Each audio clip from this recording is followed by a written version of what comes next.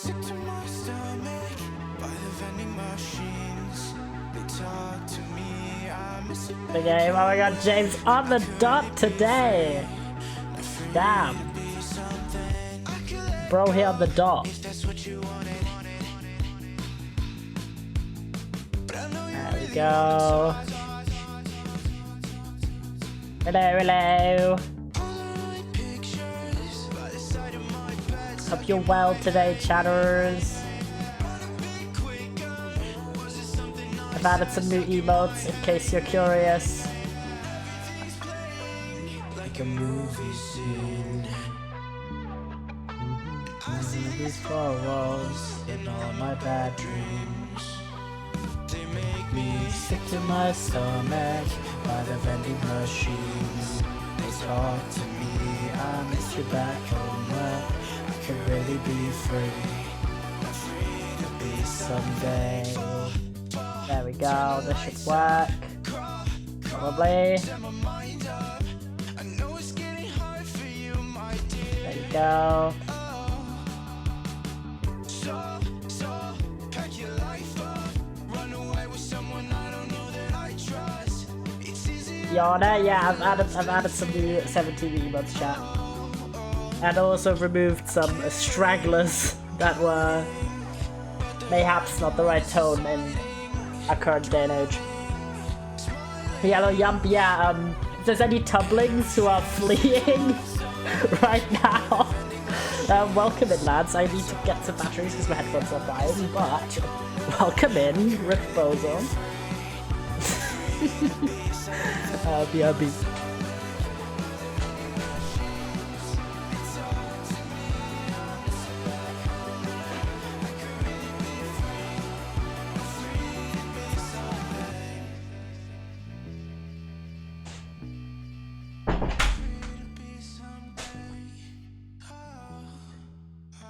Go, I've acquired a new battery, lads.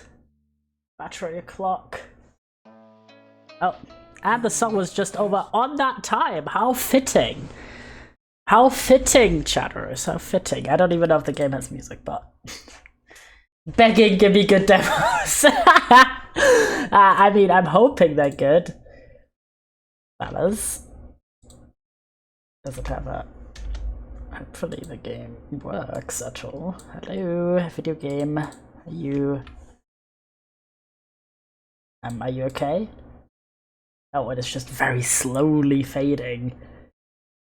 Sound volume. It's very quiet. And did you see? You saw what happened, right? Yeah, people go, yeah. If you don't know, a certain streamer just got banned for violating copyright, even though he got permission by the copyright holders to stream the thing. So it just merely makes sense. Twitch's copyright laws are always amazing and there's never any mistakes. Surely I'm gonna put on some of my own background music very briefly because I don't know, SMHing. Yep, it happens. Welcome in, chatters. It's good to see you again. It's been a second, and it wasn't while he was mocking at SMHing. Yep, definitely not. And I saw you on Friday where we did Day Shift at Freddy's, so it was quite a short stream, but I ended up really enjoying the game, so it was a good time. And then yesterday I actually didn't chill a lot. I helped my mum out, I went grocery shopping, I did a bunch of errands, big hapsing. But we're back on this Sunday where I've done a good sleep in because I've had a few days where I needed to wake up for specific things. It's Sunday, no way, I know, crazying. So I slept in, and for me at the moment, sleeping in was like, oh, I wake up at 12. So wasn't that much of a sleep in, I don't know. And then I've just done my regular things, exercise, working on my thesis, and some game dev. I know, crazy. A little bit. Bro's learning how to make a video game. So far I have literally the most basic shit ever. Like, I have a menu and I have a character select screen that doesn't lead anywhere because I have nothing beyond it yet. Except notes, but I don't have any like in-game stuff. But we're learning. I'm following some tutorials and shit, so it's kind of hype. I also selected potentially some classes that I want to take, some online classes, so we'll see. I woke up at 8 because my mom sent me a text message after answering and going to the bathroom. I went back to sleepo. Real as fuck, yeah. I feel that. The worst thing is when you get woken up and then you can't fall back asleep. It's so good if you can. It's like the best thing ever. Yeah, a bit of game deving, still working on a project, which has been quite fun, but also a little challenging because I haven't done any programming in 6 years. So, and back then I only did Java, which I was really bad at, so RP, chatting. Yeah, I was big chatting energy, so I did that. But also, chat, I did a little questionnaire in the Discord, like Pumpkin Cat Run, see in a bit bands, where I asked you guys if you wanted or what another me giving you media recommendations stream. Yo, watch streak 3, let's go! Allegras. Congrats on the 3. And you boys overwhelmingly voted to have another media recommendation stream. If you don't know what it is, I just uploaded the VOD on YouTube. It's basically you guys fill out a little form and tell me what you're looking for. It's for books, it's for TV, it's for movies, and for video games. It has like a little roster of options. I can like later in the stream give you like a little demonstration because I revamped the form for this second stream we're doing. I've added some different themes, some different topics that you guys can ask, and also I added which was highly requested from the previous one, a write-in option for additional instructions or notes that you wanted to put on or whatever. And I've tested the form, it works, it's nice, so I will give like a little demonstration and give you the link, and it'll be in the Discord and on Twitter, it will just be everywhere. Speaking of things that are everywhere, and then I want you guys to note, Subathon, July 26th, keep in mind, people shy, please. It's on the Twitter, do retweet it, reblog it, whatever the fuck is it called, repost, there we go. Spread the word. I have some really, really cool plans for it, and I'm very excited, so keep it in mind. Love when both bots set the link. Yeah, they just double bot it, so you really can't miss it. Yeah, so that's kind of like little updates.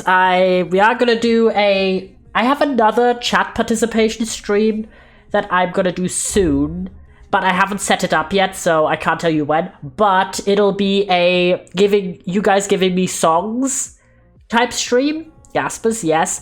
And I have plans to combine that with TTS. I just need to learn how to set up the TTS. So it should be like you guys can submit songs, individual songs, and they will be listened to, and we can have like a little bit of fun. Like it's a jokey, roasty stream, not seriously making fun of you guys' music taste, because I think that sucks, but more like maybe I find some fun music from you, but also you guys can defend yourself with TTS. That's the plan.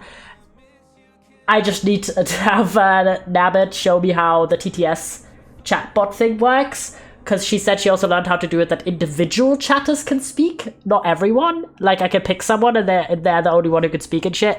So I want to learn that, but just hyping you boys up. The way I'll do it is probably you guys can submit as many songs as you want.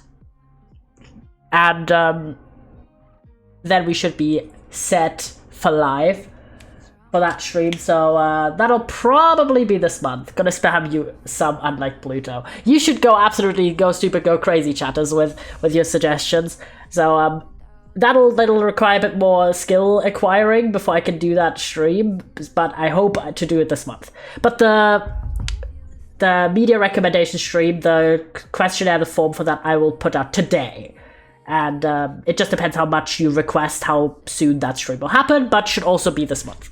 So I'm very, very excited for all of that, but I'm also very excited to do a bit of demoing. We've got some bangers today, hopefully, kind of a variety of different games. And we're starting off with a game called Miniatures, where 4 unique adventures await, each with its own story hidden inside of a mysterious box. Explore, interact, and watch the world transform in this captivating anthology. You guys know I love little story games. I know at least one of them is good. Very pog. based. And the art style looked very cool. Release date 3rd quarter 2024. Nothing more specific. So I think this is for one of the stories based on everything. Ooh. So it's just we're just in the video game chat. So we can turn on the light and turn off the light. That's cool. I'm gonna unlock this box. I think the art style looks so beautiful. It really has that. Oh, it has its own music. There we go. Just took a second to set in. It has that kind of when we played. What was that game? Not A Taste of the Past. It was a different game. What was it? It has a similar vibe too. Let me get this up because I think I put this in my. Did I put it in my favorites? No, apparently not because I am silly. I played this with my mum because it's like a chill, calm vibes game. Let me find it for you, chat. What I'm thinking of, where you imitate music on an island. Where art thou, my friend? Resonance of the Ocean. There we go. It kind of had like a similar vibe to Resonance of the Ocean from appearance. And also kind of like Assembled with Care, that kind of vibe. So I'm very much here for what this game is looking like. Let's get into it. There we go. It's loaded. Load my game. Wait, I'm gonna move you chat a little bit to the side. Waiting. You know, I'll give it its moment. It's fine. You don't need to be maximum speed. Ooh. Ooh. Very cool. And also the art style, a little bit Fran Bow vibes. Do you guys know what I'm on about? Ooh, I like it. I like it a lot so far. Familiar, yes, I like it. Okay, so I think this is like one of the 4 stories that it mentions in the description. Because the demo is also called Familiar. Okay, so it's pointing. The pointy guys in this. Ooh. And then I'm gonna assume nope, you're not here, you're here. Alright. Sorting some shit. The static is a little bit hard on my eyes, but like the scribbly background texture, but it's fine. Ooh. Obviously. You gotta screw in one at a time. Screw that bad boy in. So I'll put you down. Oh no, we have 2 hands to be fair. Nope. Well, that happens sometimes. Can I do it now? Yes. There we go, nice.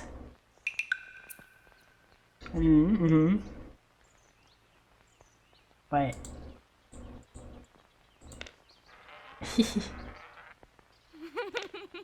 Alright.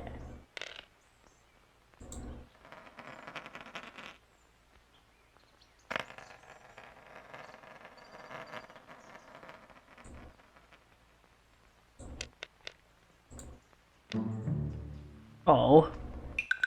This seems like a disappointed parent interrupting our play with the tools.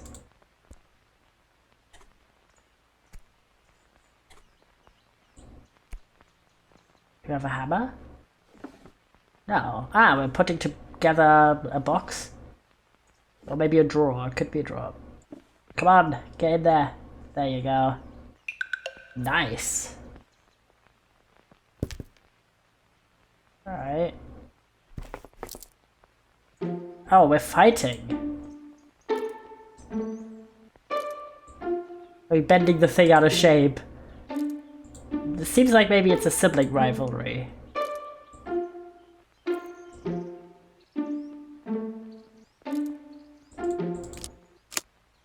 Oh, it's definitely breaking. Uh-oh. Ooh, we're so gonna get shouted by a parent. Oh. Uh-oh. Ooh, wait, there's a shadow. Ooh, I'm intrigued. I would say though that it would be great in the full game if the background fizzy effect could be turned off because it's hurting my eyes. I'm getting a bit of a headache. That's like a me thing, but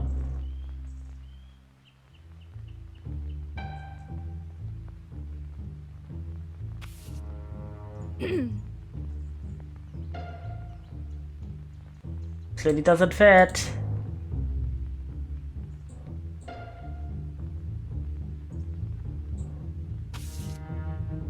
Ugh.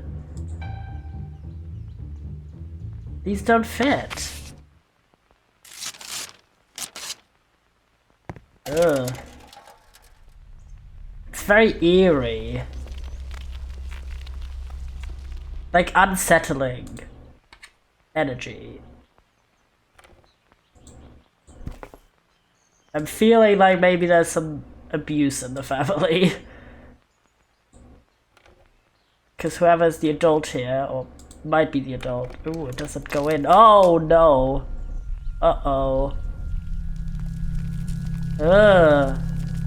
Yeah, no, there's definitely some bad going on. POS. Uh-oh. Something wants to escape.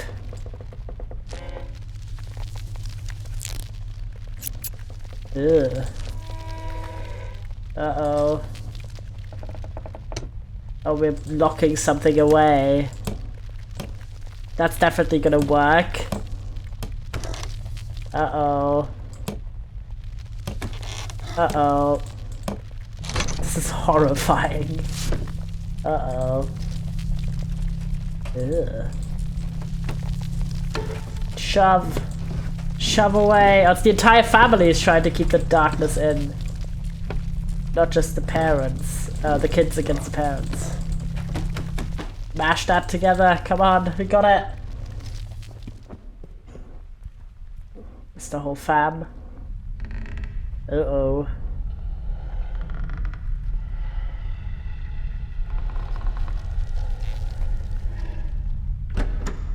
Ugh.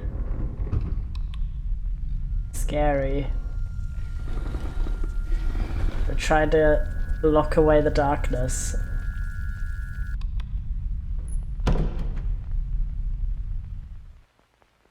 Curious to uncover more mysteries. That was fucking ominous as shit. Very interesting. The gameplay is good. It has that assemble with care type gameplay where you fix things or you interact with the environment.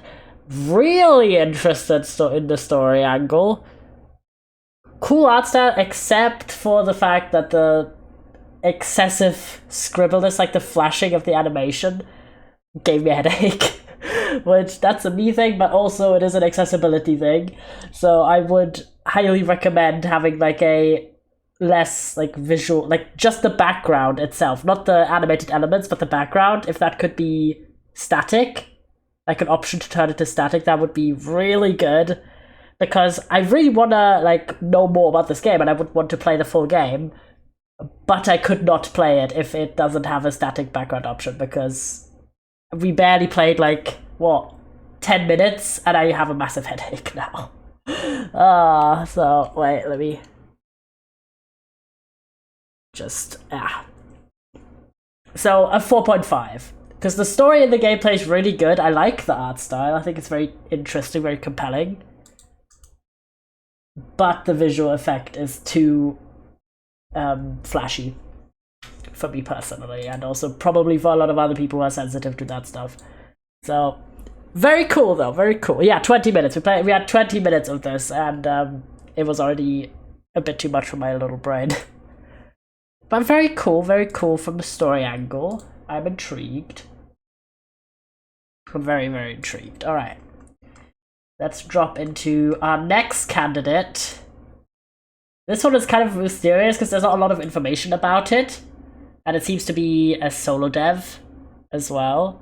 This is called Daemon or Demon Masquerade, which is an anime-inspired supernatural detective game Uncover the identities and powers of your adversaries using a conspiracy board full of evidence. I thought the art style looked really, really unique and cool. So, and I'm always here for a good mystery game. Ooh, the music's slaying. Has a release date of 2024, no further info.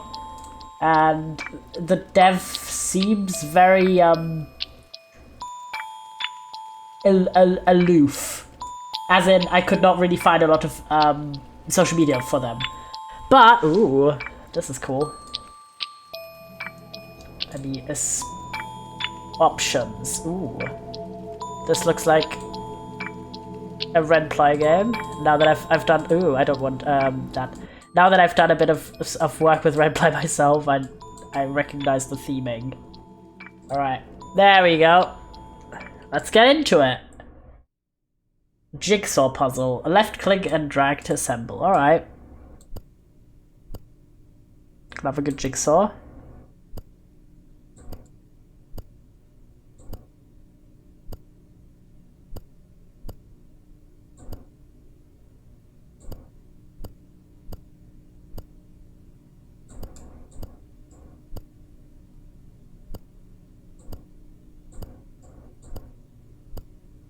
It appears the subject, Lambda, is missing the final puzzle piece.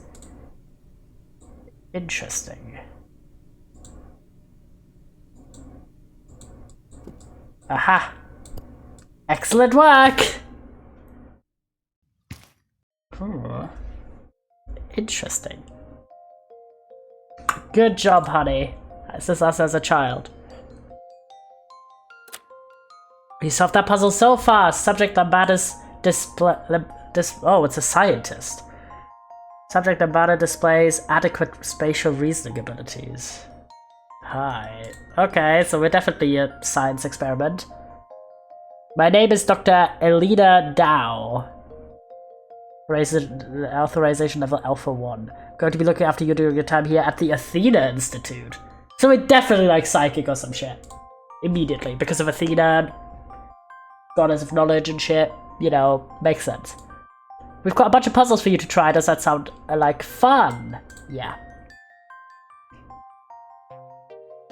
Glad to hear it.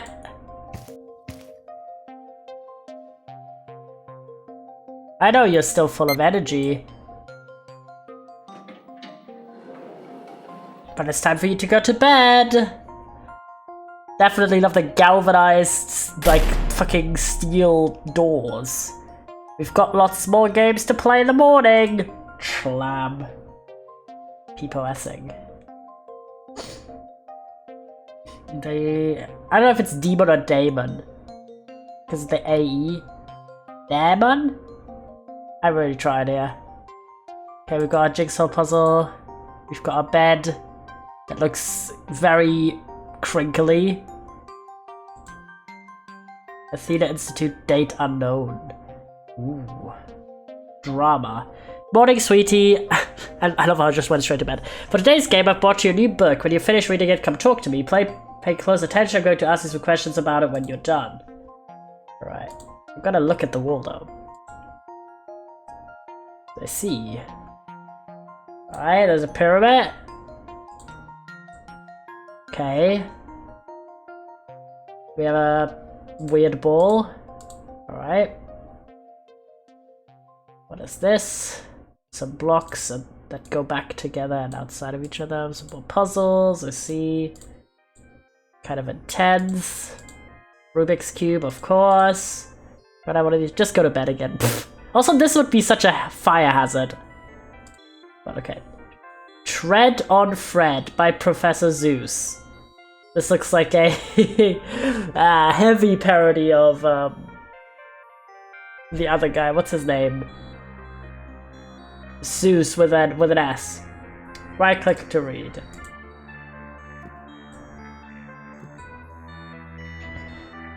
Alright.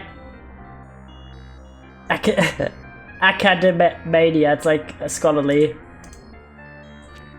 Oh yeah, it's definitely a parody of that.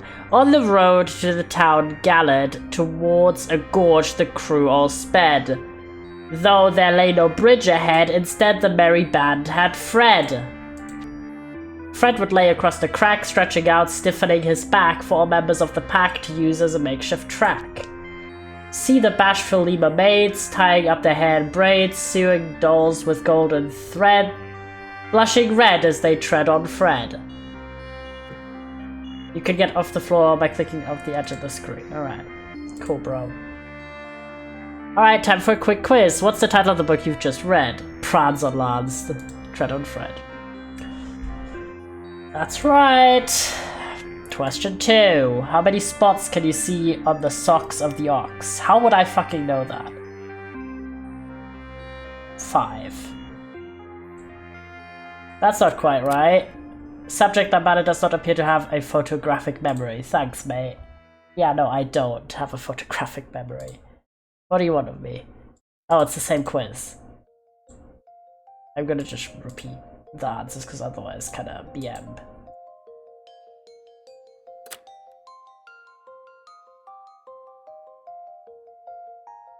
Or should I look and then tell her?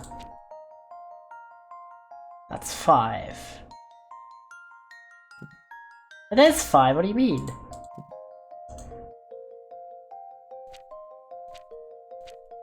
We see the ox again? Oh, no, it's 5, 6, 7, 8. Also, I didn't even finish reading the book. Shush. Hear the shrieks and squeals of the trampy eels and heels, telling jokes best left unsaid, tales from bed as they tread on Fred. Count the spots on the socks of the ox who likes to box, building strength with weights of lead above their head as they tread on Fred. Taste the cheese and the oats from the breakfast-eating goats, jars of honey and jam to spread, buttering bread as they tread on Fred. Smell the funk of the skunk dressed like an imposing punk, a bout of nerves cause wafting dread, fragrance shed as they tread on Fred. Now crossing the final one with the setting of the sun, though it had all been good fun, finally Fred's work was done. Alright, I just did not. Wait, I don't remember how many spots it was. I think it was like 8, right? Surely. Right again! Question 3, okay. What does Tread on Fred tell us about its author, Professor Zeus? He wants to be stepped on.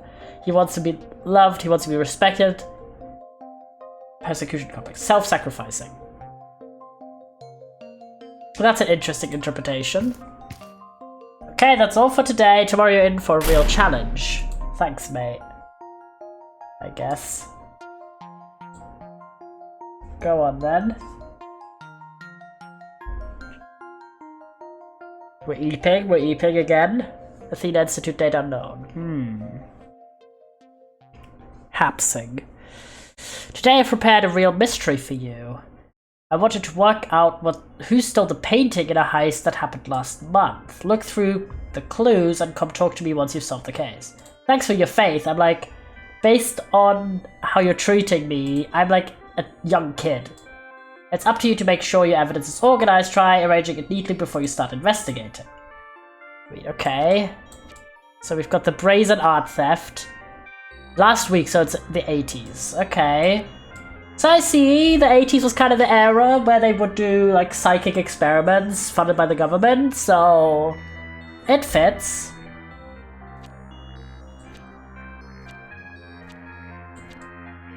Okay. So what do we have? So, Brazen Art Theft by James Spicer. On Thursday, a brash thief or group of thieves stole a painting worth $3 million from the National Gallery of Victoria, Australia.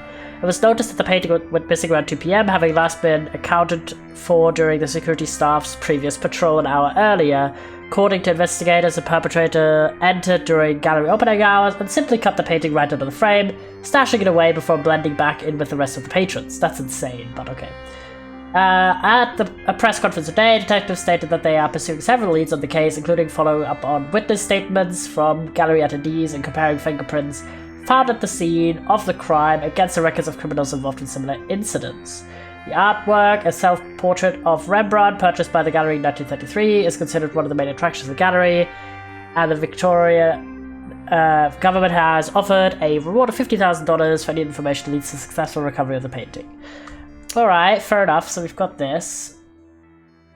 That does not look like any of this guy's fingerprints. This looks like this person's fingerprint. How do I exit here? I think it is Stephanie. Ready to crack the case? You'll need to present a hypothesis that explains who stole the painting. Who do you believe stole the painting? Stephanie. So you think Stephanie stole the painting? Now you need to prove your hypothesis with the thread of logic!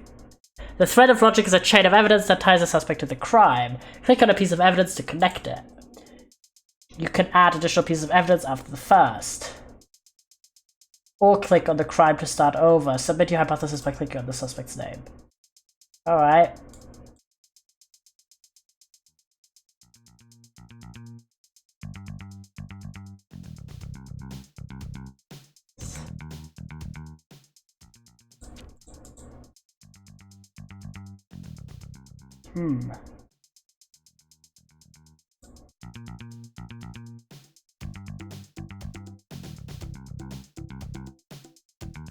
Interesting. The article describes how the painting was stolen. The painting was cut right out of the frame, but while stealing the painting, the theft left behind a fingerprint, which matches the sample in Stephanie Hopper's profile, proving she was the one who stole the painting. Nice work! Subject Lambda displays a developed capacity for deductive reasoning. You solved the mystery, sweetie! So solving this mystery has taught you more than you realize, as you know everyone has a unique set of fingerprints, but it's not just a person's fingerprints that are unique, the way they talk, the way they write, the way they think. Study these traits and you'll come to understand the person they belong to, because once you understand them, they'll never escape your grasp. You're terrifying, but okay. Shing, huh? Oh.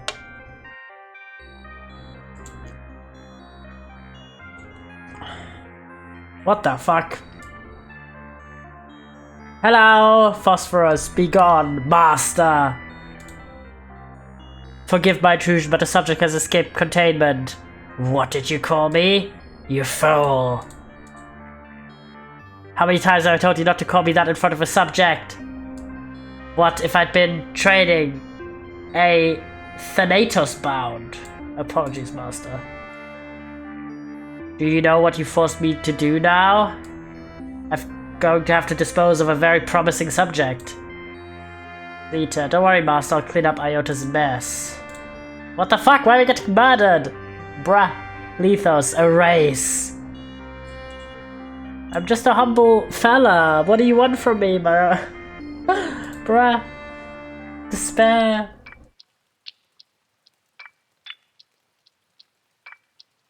Alright, that was kind of strange. The ending for me was too abrupt. Cause like you just got like a little grasp of what the story's about and then it like cuts you off immediately. The art style's kind of cool. It's a little bit like comic book extreme detail, which isn't my favorite art style ever of all time, but it is kind of cool for this like creepy vibe. Interesting story.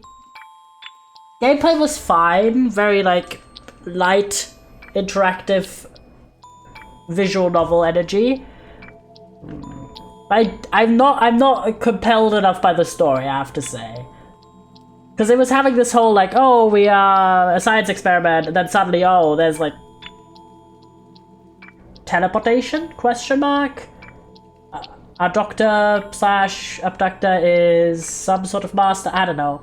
I thought it's a bit chaotic. It's a bit confusing.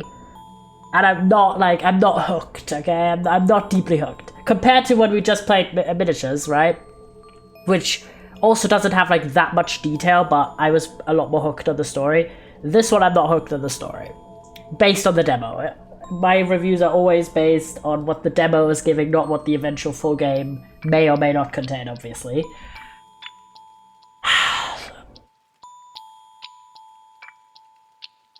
So at the moment, I'd give this a 3.5. Based on, like, the gameplay's fine, but it's not, like, it's nothing crazy. Not pulled in by the story. Art style and like gameplay and stuff is fine, but nothing crazy in my opinion.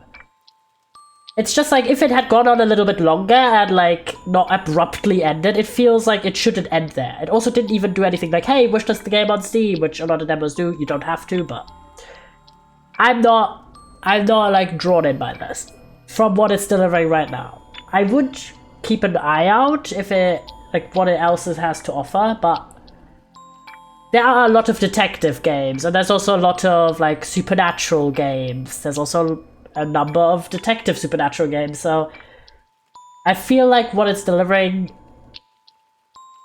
isn't like grabbing me yet, personally. You guys might feel different, so always check out the games if you're pulled in, wishlist them. They're pretty much all we play are indie game demos, so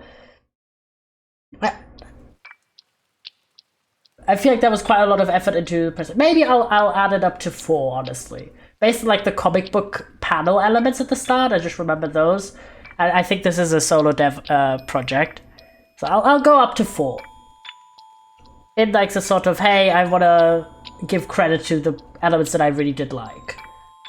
Which was mostly like the comic book vibe that it was going for. And the deduction was fun, so I'll go with 4. I'll stay with 4.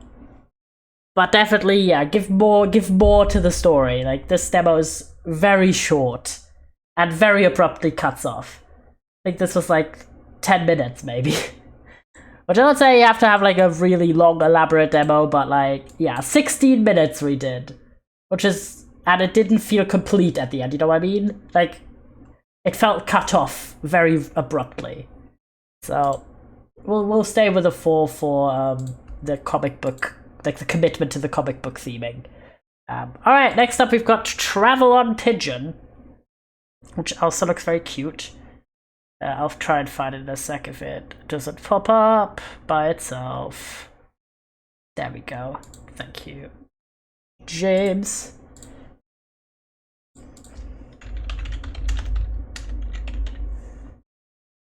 There you go. Boom.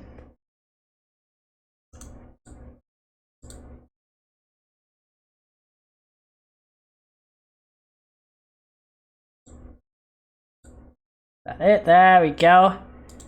So we've got jazzy music. So yeah, Travel on Pigeon is a puzzle rhythm game about a tourist pigeon having a good time. With engaging challenges you can take at your own pace, stroll through cute and nostalgic places, and get with the flow in this chill, charming experience. Release date December 2024, so this year still. It kind of has that same vibe. Oh, this is a bit loud. It has the same vibe as Little Kitty Big City, which you played recently, and also maybe because of the bird theming especially. What was the other game that had also a animal exploring a city theme? Let me look that up, because I'm not that good with my memory that I remember every demo we've ever played, even though this one wasn't. Just Crow Things, there we go. Just Crow Things and Little Kitty Big City, where it's like you're an animal and you're having just some shenanigans. There we go. Let's see what we've got in Travel on the Pigeon. These are the ancient city. But, okay, before we get going, we're sure we've got the tempo just right. Press on any of the movement keys to the beat.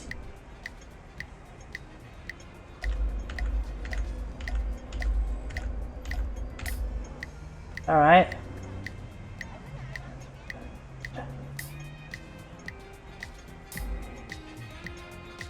Okay, the gameplay's kind of unique.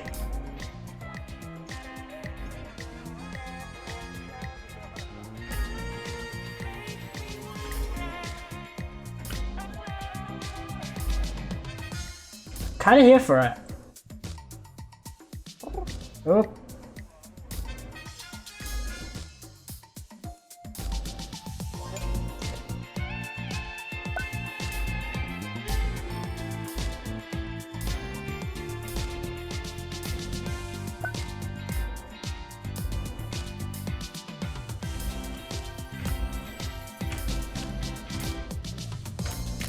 We did it!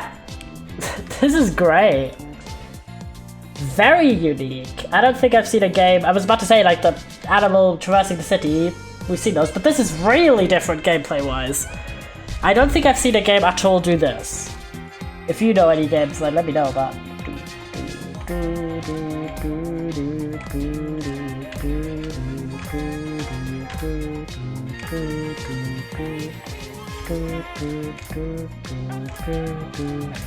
The music's a jam.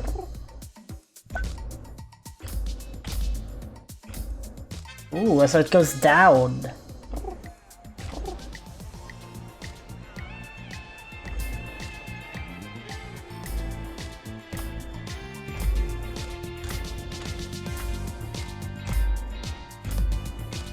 And up.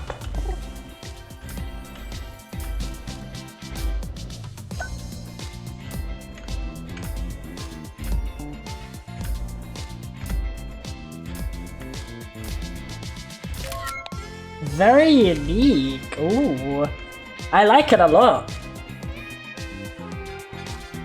Plus the music's an absolute banger. What the fuck? Can't jam? Yeah, we jamming, lads.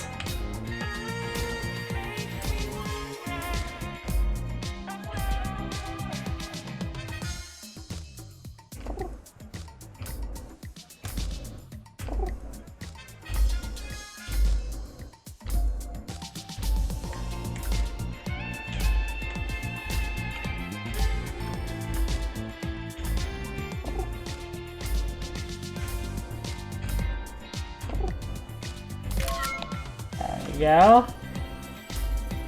Does this do? Oh my gosh, you can get a hat! Oh my god, there's also enemies.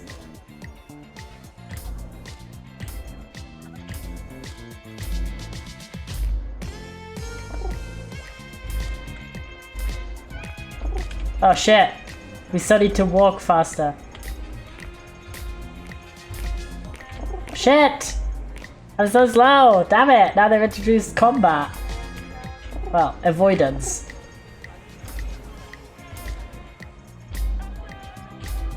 Okay, this guy has a set path though. Okay.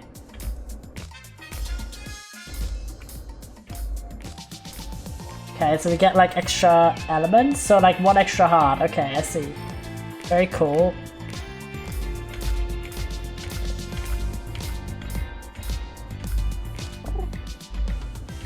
Oh my god, we got a camera!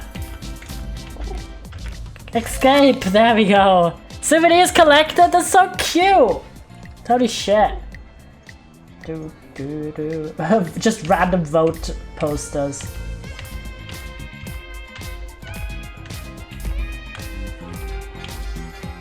Let's see. Shit! Escape! Speed escape! Oh my god, we got like a little backpack. That's so cute. What the fuck?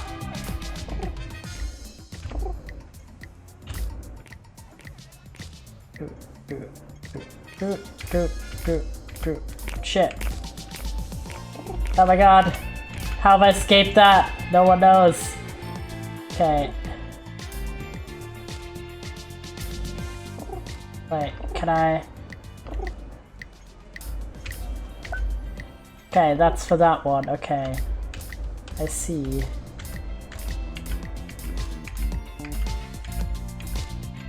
This is so intense. Like no reason, but in a good way.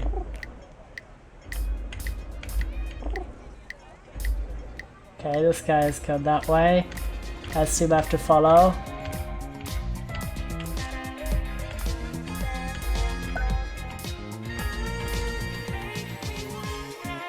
Okay.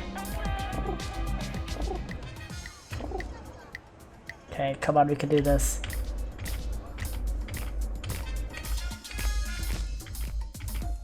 Escape! Oh my god, thank god he doesn't go there.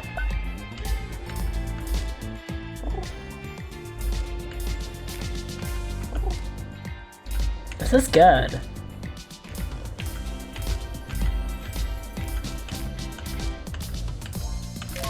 Yes! I only once a video though, but... The heck do you do? Oh. Oh, you have to go speedier. Oh my god! Help! This is so challenging, oh my god.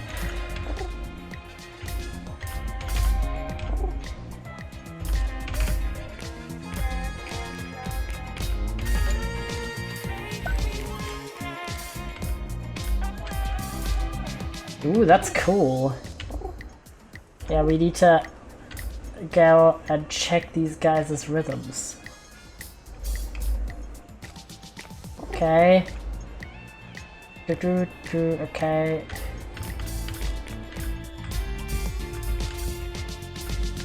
We've got an extra heart.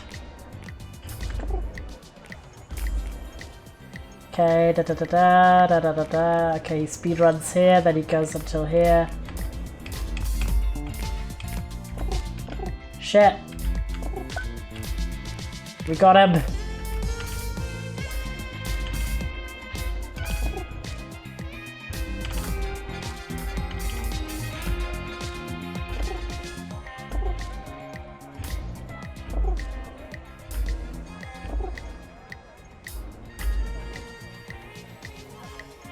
Okay.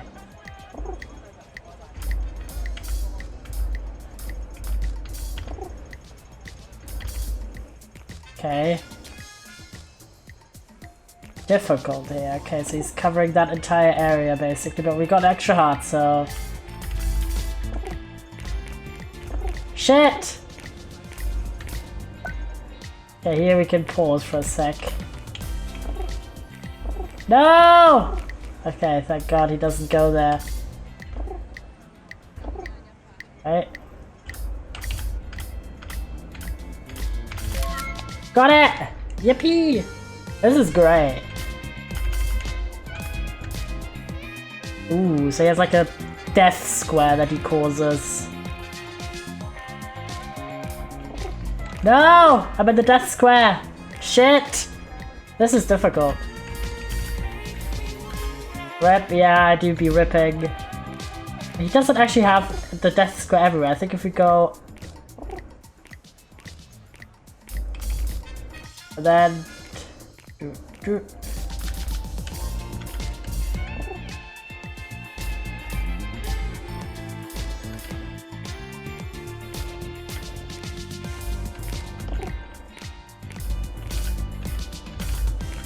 Shit! Oh my god. It's so tense for no reason! Hat? Yeah, we got a little pigeon hat, which is great. Shit! It's so dangerous the whole time.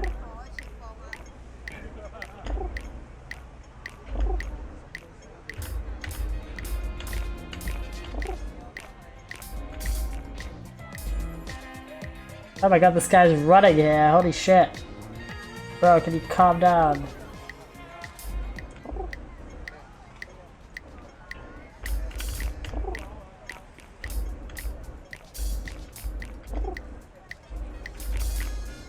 I think if I sprint, I can sprint through them.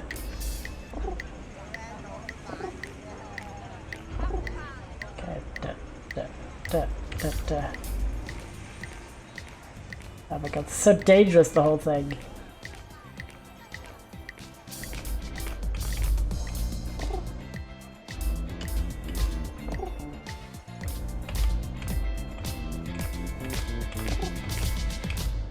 We did it! Oh my god, that one was challenging. Damn. Wait, there's a bat or sword.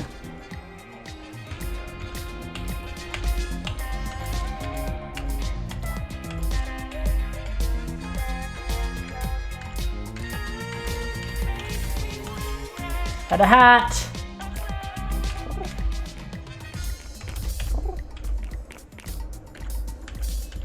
It's the best when you escape. Oh my god! You could get two hearts. This is so challenging.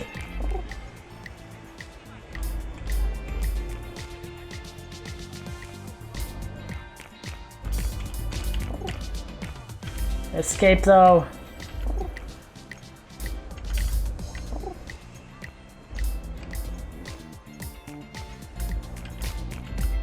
Oh my god, that's awful. Can I not press the... Oh, I was about to say, surely. Oh my god. Jesus Christ. This is a nightmare. That's actually a nightmare situation down there. Okay. Okay, we escape.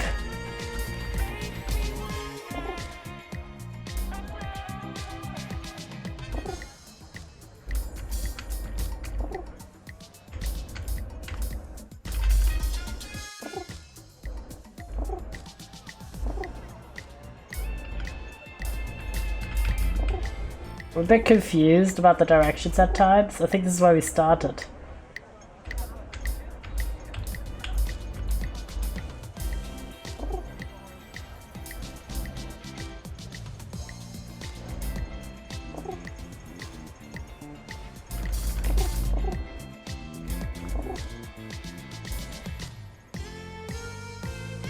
Is this maybe a save point?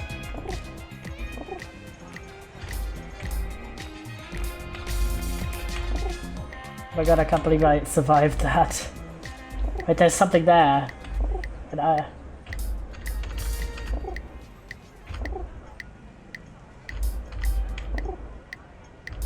Yes!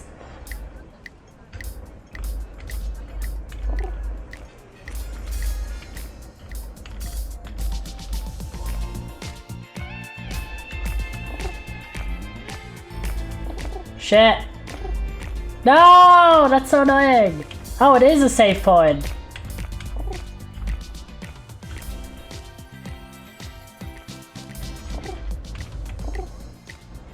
That's so good. I thought it was an item, but it makes sense that it is.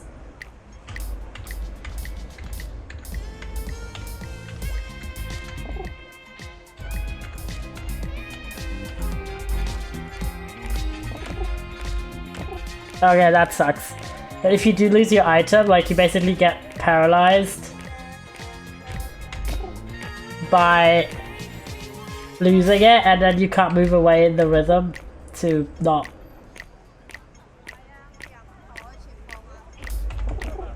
Yeah.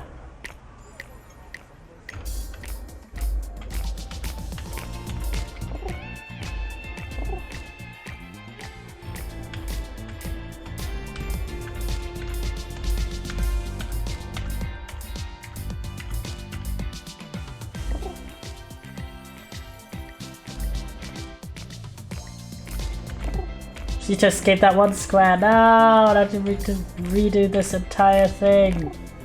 No, despair.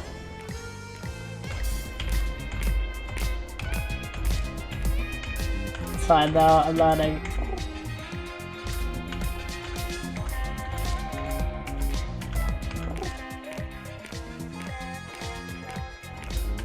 No, I need to not go when he's that way. Ugh, Christ's sakes.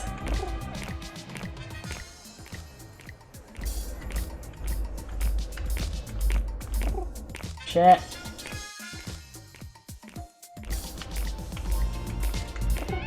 No, despair. Damn it. It's literally moving away on the square, okay.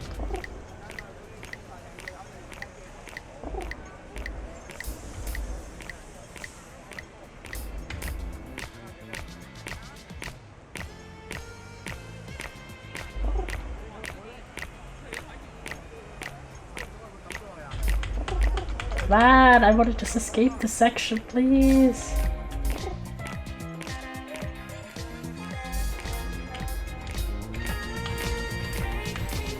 It's fine, I just need to be speedy.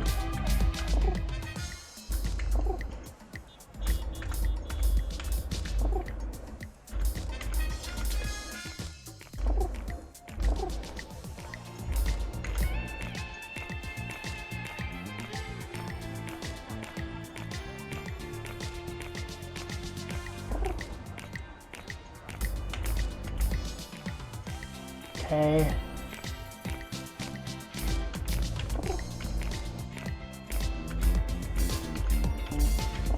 Okay, I've made it. Guys. Kind of. And also has an extra health, so that's good. And there's a save point. Offbeat.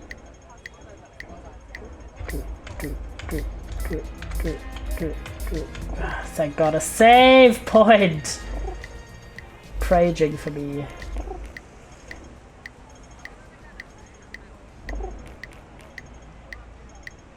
Okay, so he's running a big lap.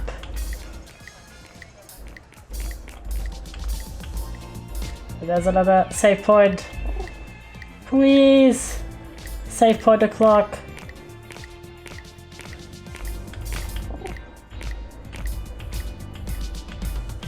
Yes! Let's go! This is very good. Very, very unique gameplay concept. People claps! I mean, when it comes to unique rhythm games, the OG, obviously, in terms of, at least in my vibes, is like it's Rhythm Paradise or Rhythm Haven, depending on how, like, where you live, which was just bloody revolutionary in my opinion when it comes to rhythm games.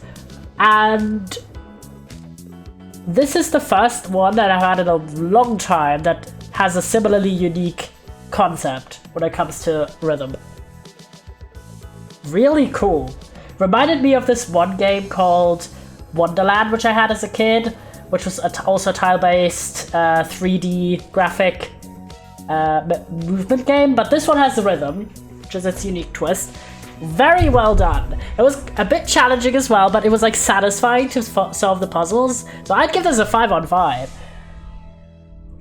And the music slaps, which for a rhythm game is incredibly important. Really nice jazzy vibes. I don't know, it had good elements. And as someone who doesn't like stealth gameplay, we have to like wait out like certain, like the ranges of enemies. The fact that I still really like this game is a massive testament to it. So really exciting. I'm keeping my eye out for this one. Lovely. Also cute aesthetic. I liked the little colorful tourist summer vibes color palette that it had. Very, very cool. And I take back what I said about my comparisons to other like traveling the city games, because this was definitely a really different gameplay focus. Even if the concept of like it's an animal in the city is the same. And you can collect like little accessories again. That's been very popular recently, and in my opinion for just reason. Really, really cool game. Alright. Our final one for the day. We've gotten such short demos today. I don't know. We'll see how long this last one is. Thank you, James. Because I have no idea. If it's a short one, we might add an extra demo. If it's a long one, then we've balanced it out perfectly. Where art thou? Where art thou? I'm trying to find it. There we go. Love at the Milky Way Diner. It's kind of an interesting case because I found out about this game via like I think TikTok, because I just saw like the person who, or the people who make a video about it. How this is like the like passion project to make a queer visual novel set in space. I was like, yeah, we're here for that gameplay, we're here, and I think it's still doing a Kickstarter at the moment, so best of luck to that. There we go. And yeah, the description says LGBT friendly cozy sci-fi cooking / dating sim about making friends, finding love, and running a diner in deep space. I've played it. Let's go. Did you like it, James? Imagine you say like, I hated it. Okay, you still have it on your wish list, so clearly you didn't hate it. The art looks very cool. It doesn't have a release date because, again, it's still being crowdfunded. So no idea if it will even come out, but hopefully we can have some eyes. People City High Bands. We can have some eyes on this game as well. Alright. Do we have any help? Help! Yeah, this seems like a Renplay game. Excited, let's see. Oh, it definitely is based on the UI. Hi, traveler, what is your name? My first name is Yellow. My last name is Law. it's Yellow Law. There's too many L's. Should have just been Yell, but Yellow Law is kind of funny. Yes. Thank you, enjoy your journey. Thanks, mate. Ooh, the music's jammy. a bit loud. We'll turn that down.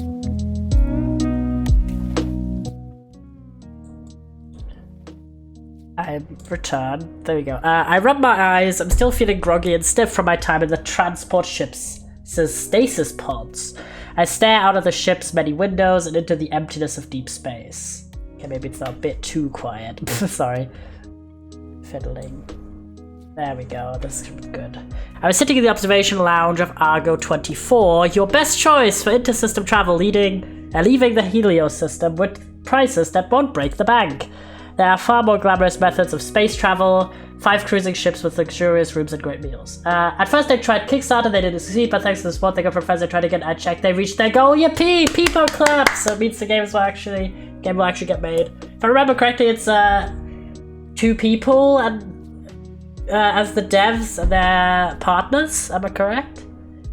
Maybe. I just saw their TikTok about it, which was basically them explaining how they tried to make the game once and it didn't work out, but they couldn't let the idea go and they had so much faith in it that they tried again. I'm so glad to hear.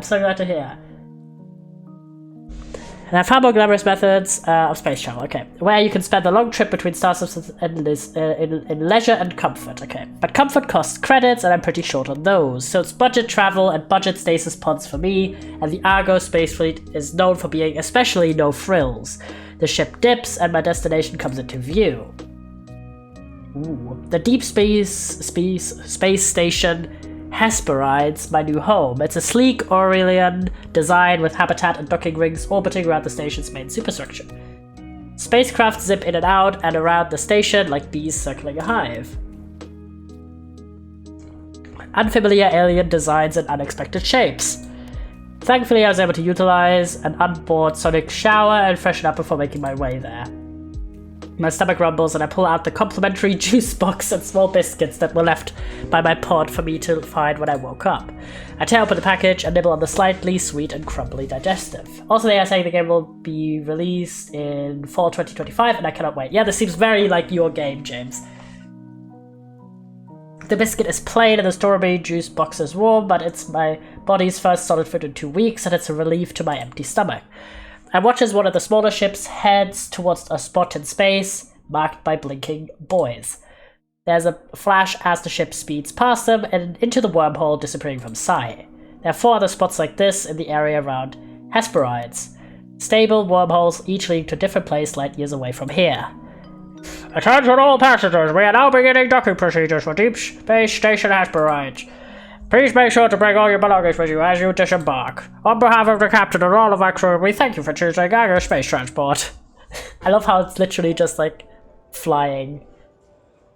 I disembarked from the Argo 24 into a massive aerials hangar and immediately met with the shift in Artigrav. The difference between the calibration of the transport ship and the station is slight, but there's just a bit more bounce.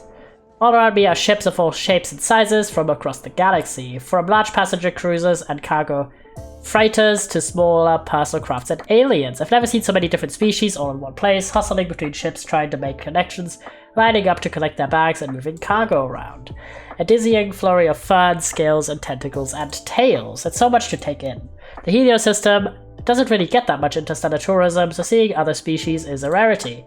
But this is the Hesperide space station, gateway to the Tetrastecta and the fringe colonies they're in. In this part of the galaxy, humans are the minority.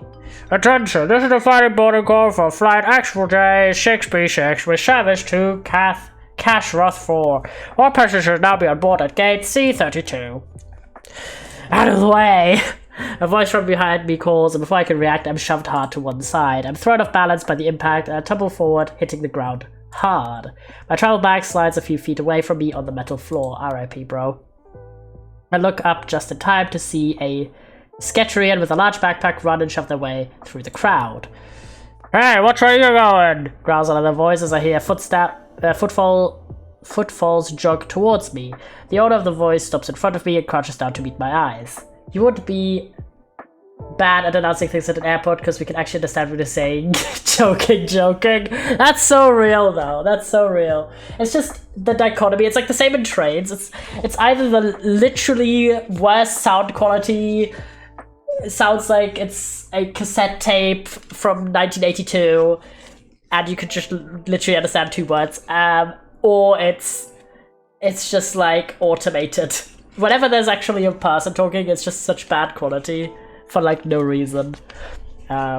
Who do we see? Ooh, space girl with person. Cool hair. We don't know that this person's a girl, so. Hey, are you okay? Oh, she. There we go. She is a girl. Oh, she uses she/her pronouns, I should say. There we go. She says with concern in a deep voice, she's an alien. Katri? Yes. Very cool answer. That's the thing that I liked. This. I mean, it's a visual novel, right? The main thing that you are there for is either the story, or the visuals, or both. But I am a bit prone to liking games that look cute and fun, so I'm always there for a good look. She has a worried look in her golden eyes. Pulling up next to her is a hover cart piled high with boxes. You're not hurt, are you? I'm okay, I might have a bruise or 2 though.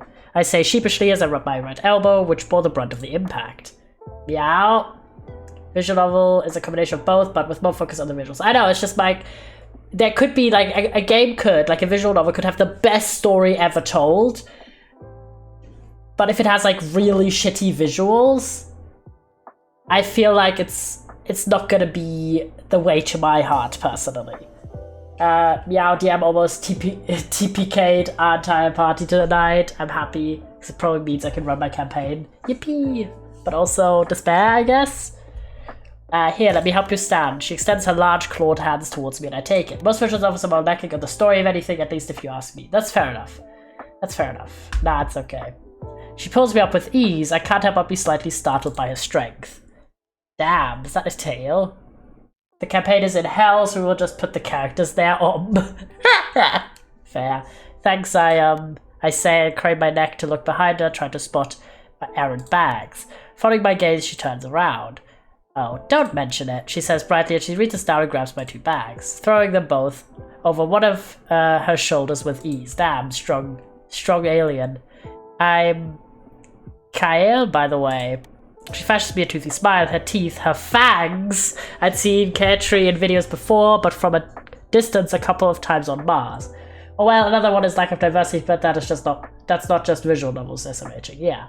Which is, I mean, very pleasant surprise to see people like working to kind of remedy that recently. She flashes me a toothy smile. Okay, yeah, but this is the first time really meeting a member of their species up close like this. She's kind of cool. I catch myself thinking. Sorry, people who like strong, muscular women. I will not pursue this character, probably. Also talk about diversity. What? I keep wanting to spell it diversity. You gotta have some diversities around, you know? If you know what I mean. She picked up my bags like they were nothing, but I'd struggled slightly under their weight. So she's obviously pretty strong. She has fangs and claws and a wild head of hair that would look windswept if there was any wind. Windy. Diversities, I need some of those. Even her outfit is badass, with her blaster holsters on her hip and pilot's jacket. She looks like she stepped right out of a Warp Races movie. And to top it off, she's friendly and kind, rushing over to make sure a random stranger like me was okay. Return her smile gratefully. Damn, Yellow. Well, Yellow, let's get you where you gotta go. Do you have a connection to catch? Yo, Yellow, number 1 through 4, 2. Plink. 4, I'm yellow now. Oh my god, no weighing. Mitosis. I'm spreading in the world. Get some mitosises. You're both losers? How? It was 3. No, despairs! I was about to go with 3 as well, but I was like, I'm gonna be different and go with 2. Well, let's get you where you gotta go. Alright. Oh no, no connection, this is me. I'm actually moving on to the station. Really? Well, in that case, I'll bring you to the arrivals. I'm headed there myself. Follow me. Damn, you're so quirky. Hashtag quirky. Hashtag living my best life. You know, they always get quirky night, they do. She smiles an easy smile and adjusts the parked hover cart next to her tail. It whirs to life and follows her as she starts to walk, my bag still slung over her shoulder. Clearly she has no intention of letting me carry them myself. I decide I'm just gonna roll with it for now. I still feel pretty rough from my time in stasis. I'm not about to protest. Dust myself off and start to follow her through the crowd. So Yellow, you're moving in on the Hesperides. What brings you to this side of the galaxy, if you don't mind me asking, that is? I get a lot of folks passing through, as you might have noticed, but it's not every day someone decides to make an extended stay here. I guess you could say I'm looking for a fresh start. I'm taking over my late aunt's diner, the Milky Way diner, of course. How'd you know? It's a staple. I heard it was closing after your aunt passed. It's good to hear someone's keeping that place up and running. It's an important spot for the community here. And when you're this far away from home, community is everything. A lot to live up to. I had no idea it was so popular. You and your aunt weren't close. Then, quickly, as if catching herself, she says, sorry, I don't mean to pry. You don't have to share if you don't want to. That's okay, we were not really anyways. I only met her a couple times in my life when she came to visit family in the Helio system. She had her own thing going on here, her life out in deep space, the diner. My parents never really had the creds to take us out of the system to visit. And about a month ago, we got word she had a stroke and passed away. When we got the will, it said that she would like one of her family members to take over if possible. Her name is pronounced Kyle. Okay, Kyle, okay. She didn't have any kids of her own, so here I am. So you just drop everything to cop out here. That's pretty bold for someone who's never left their home star system. I'm impressed. Not much to drop when the company you've been working for goes bankrupt and you're out of a job. A fresh start sounded pretty good after that. It's true, no job, no love life. My friends from college and I had drifted apart. Sure, my family was there, but they all had their own stuff going on. There really wasn't much of anything holding me back. Buying a one-way discount ticket to the gateway to the Theta sector and running a diner with no experience seemed like a much better option than just continuing to drift aimlessly around home. I get that. Sometimes change is good. Kyle. There we go, Kyle. It's a difficult to pronounce name for me personally, but I'm trying my best. Reaches over and gives me a gentle, reassuring pat on the back. You've got this. I'm sure the Milky Way diner is in good hands. There's a warm and reassuring look in her eyes. She's so easy to talk to. I'm thankful to have met someone as kind as Kyle, there we go. Kyle as soon as I arrived. And what about you? You said we get a lot of folks passing through, so I guess it's safe to assume you live on the station. I'm a cargo runner, so I'd sooner say I live on my ship rather than here. The Hesperides is kind of like a home base for me, though. Got a good steady list of clients here, not too far off a trip to run on, and the people here are nice. What kind of cargo do you run? Depends. On? Kyle's amber eyes narrow and her ears twitch slightly. You're not a Gabby agent. Yes, I found a Google doc about the pronouncing of some of the words and names made by the devs. That's cool. Kyle said with a conspiratorial edge to her voice. The Galactic Alliance Bureau of Investigation. No. There's an obvious, uneasy tone in my voice. I'm just messing with you, Yellow. She says with a laugh. I transport the usual stuff. Tech, food, alcohol, medicine, fun stuff like that. Do supply runs for a couple of the on-station merchants. You could place an order with me if you need some ingredients they can't grow on the agricultural deck. I have a great whiskerfish supplier back on Ranon also. She leans a bit closer and says just a bit quieter. I have connections in just about every sector of this galaxy. Whatever it is you might need, I can find it. For the right price, of course. Or the right person. Kyle says with a wink and an undeniably flirty tone in her voice. Ooh! Am I being hit on by a care team right now? Kyle is exactly being subtle. I'm not necessarily surprised she'd be interested in a member of a different sapient species. After all, interspecies couplings aren't unheard of. People from different star systems have been living side by side for centuries. See even a Martian drama series a few years back about a Naru and a human. I'm surprised she's interested in me. Should we flirt back or no? This is not normally someone I would go for. I mean, I'm not in the habit of dating aliens, but I'm kidding. But, do what you want. We can flirt back a bit. That's the commitment. How would someone like me, for example, go about becoming the right person? Or you can start by letting me buy you a drink, or maybe, who knows, I might just decide I like you. Decide you like me, so you haven't decided yet, I'm hurt. I say with mock offense, putting my hand over my heart. Kyle lets out a chuckle. Maybe I just want to make sure I was right, to have a good feeling about you. then I'll have to take you up on that offer, won't I? Maybe I'll even cook you something on the house to really win you over. Can I eat pancakes? I feel like pancakes are diner food. And easy to make, I think to myself. We can. I've had them before and enjoyed them. I like sweet things. No wonder you had a good feeling about me then. That's some cheesy shit. Damn, in-game yellow. Get a grip. Kaetri. Is it tree or tea? Kaetri? Alright. Tree. Kaetri's ears prick up a bit in surprise. For a moment I think I might have caught her off guard, but she quickly recovers with a devilish smile. Because you're sweet? You said it, not me. Kaetri chuckles and leans down slightly so she's closer to my ear when she says, "You've got me there, sugar." Damn. We're heating up, fellas. Kaetri literally purrs when she says the word sugar. I feel a tingle run up my spine, my face flush deeply. Oh, she's good, I think to myself. Her species is spelled like that. Kicked up, but you're well pronounced. Ow, that's species. My brain just did not connect that. You know why? It's just both things start with K. She is away from me with a knowing smile.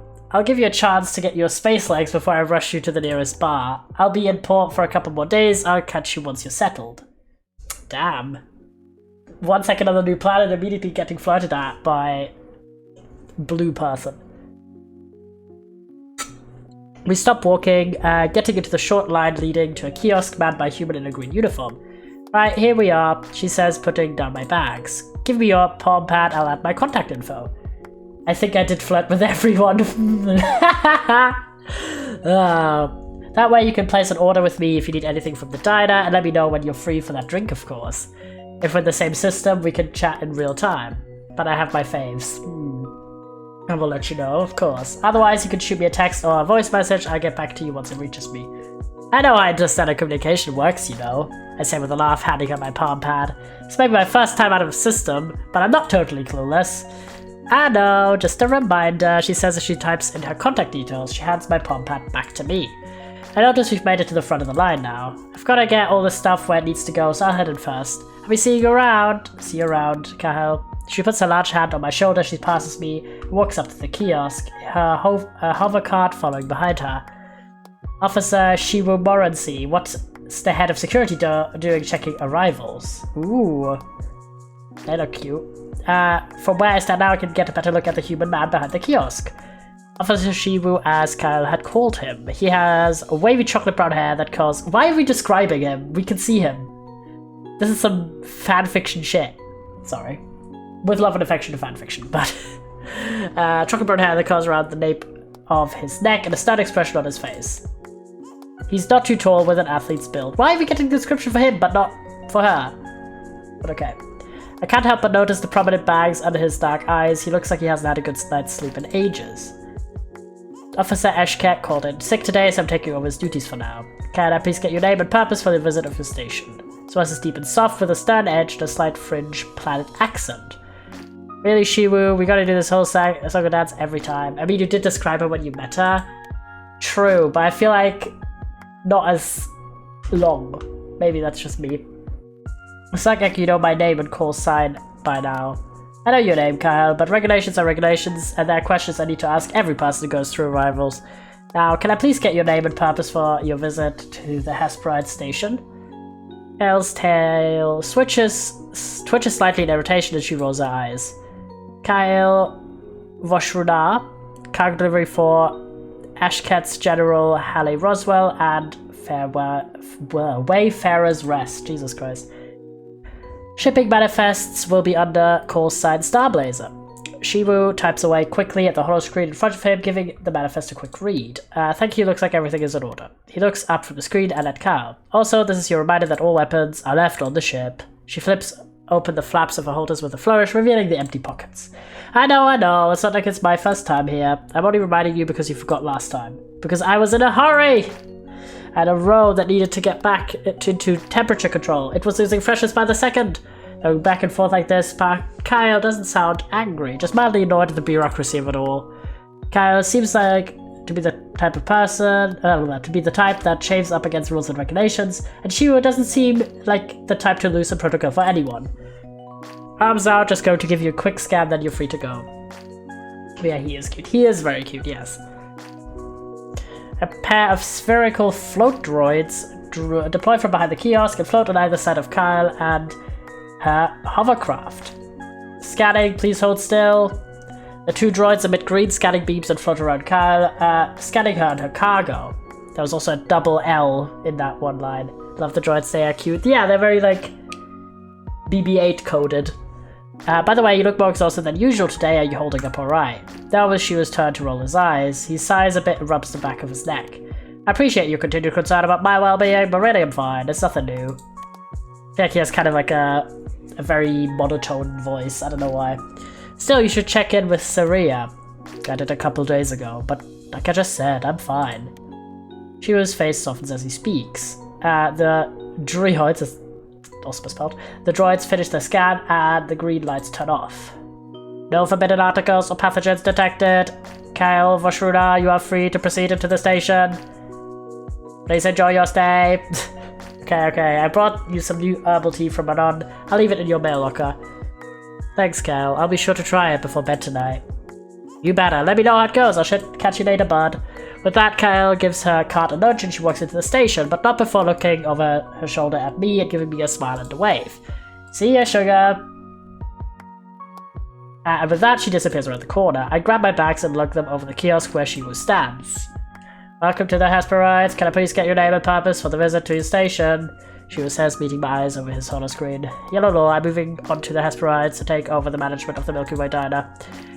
Shiwu raises his thick eyebrows and the corner of his mouth lifts slightly into a small smile. Ah yes, we've been expecting you. Welcome aboard. I'm Officer Shiwu Morency, Head of Security. Can I please get you to confirm that these details are correct? I'll also need your travel documents. Hands me the holoscreen, let me see. Oh my gosh, it's auto putting in they them pronouns for people. But mine I hear him, there we go. Home system Helios, home settlement, new create. Europa? New create mod? I joke.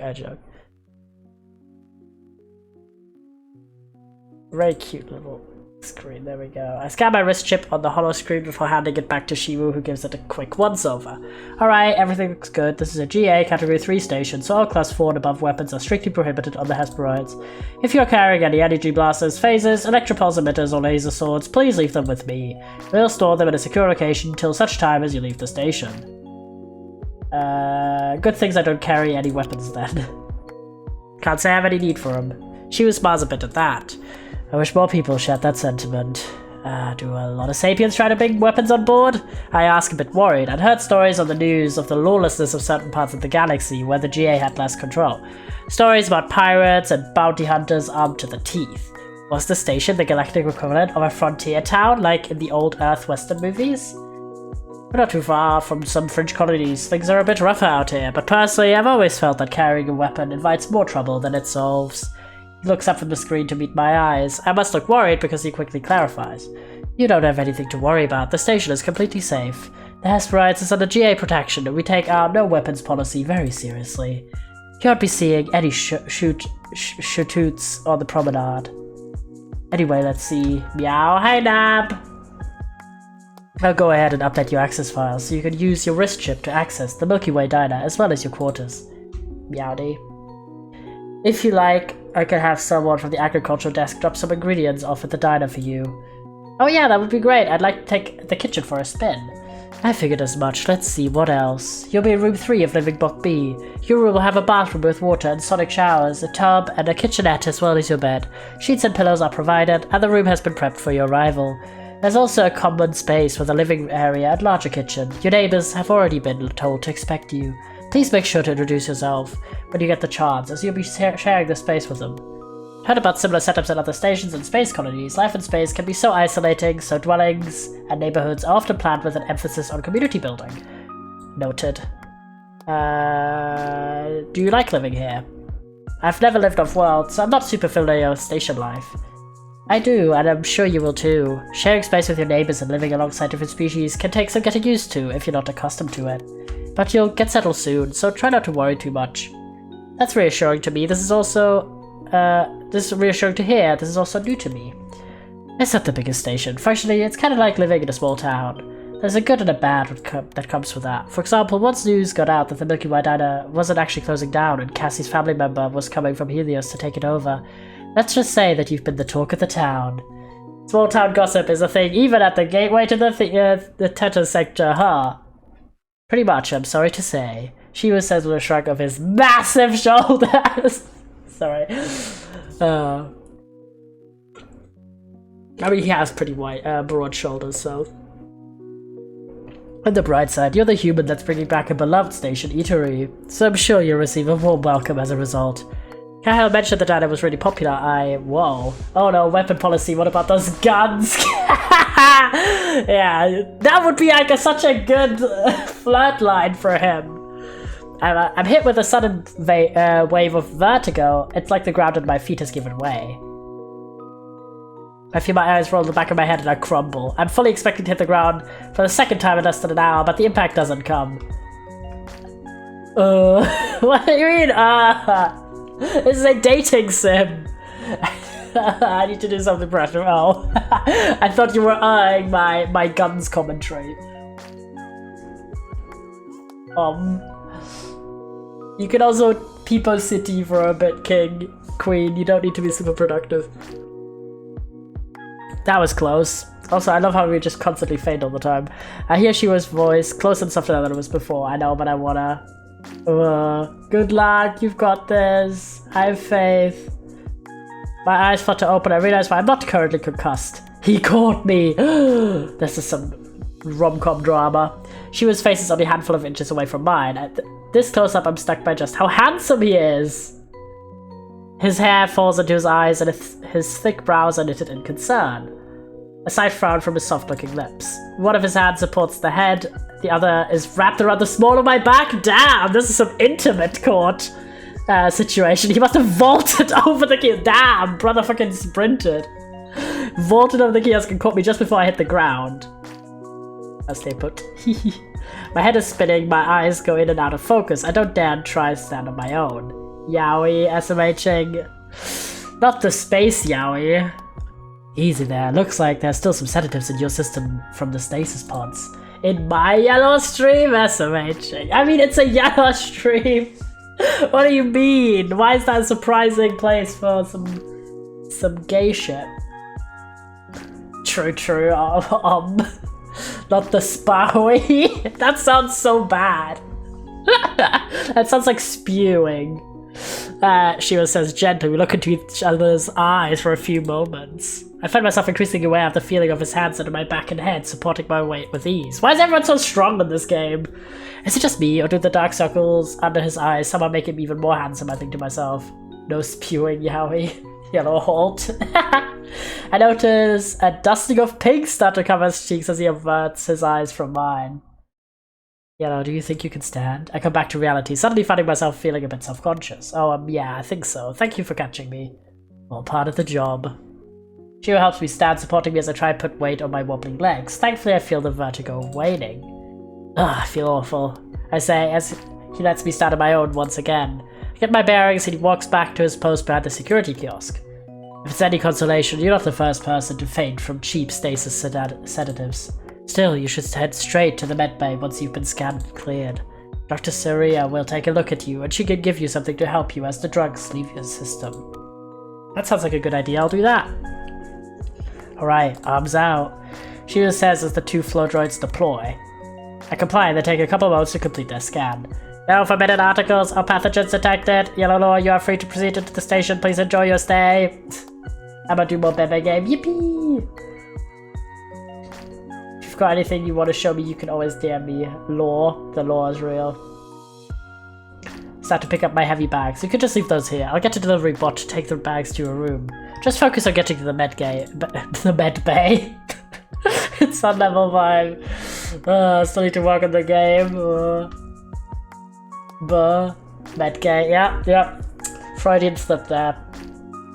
He types a series of commands into his screen and a rectangular bot comes speeding around the corner and skids to a stop in front of me. With a series of cheerful sounding beeps, it splits from the vertical seam down its middle, a compartment filling the gap between its two halves. As I place my bags into the compartment, I notice a small velvet cylinder perched on top of the front half of the bot. Is it wearing a bellhop hat? Beep beep boop boop beep. Medgay Ladman. Traps the bot. I know better than to anthropomorphize simple AIs like this, but I can't help but think it sounds happy. That's certainly not regulation. I'll have to talk to Roswell about this. Shiro mutters under his breath. Now loaded with its cargo, the delivery bot closes the compartment and it speeds away as fast as it came. Thanks, Shiro. I guess I'll see you around then? Shiro gives me a full, bright smile. See you around, Yellow. Enjoy the rest of your day. You as well. I say, returning a smile and waving on my shoulder as I head into the station proper. From behind me, I can hear Shiro call up the next person in line and start his spiel all over once more. The poor other people in the queue that were just behind me while I was just getting gaily caught by by the guy. I was holding up the line, ain't no way, with my gay shit. Imagine you were at TSA and this happened in front of you. A tight chime goes off as I enter the med bay. I'll be with you in just a moment, calls out a calm, feminine voice. Just take a seat in the waiting area. Ooh. The office is small with a dividing wall separating the treatment and waiting areas.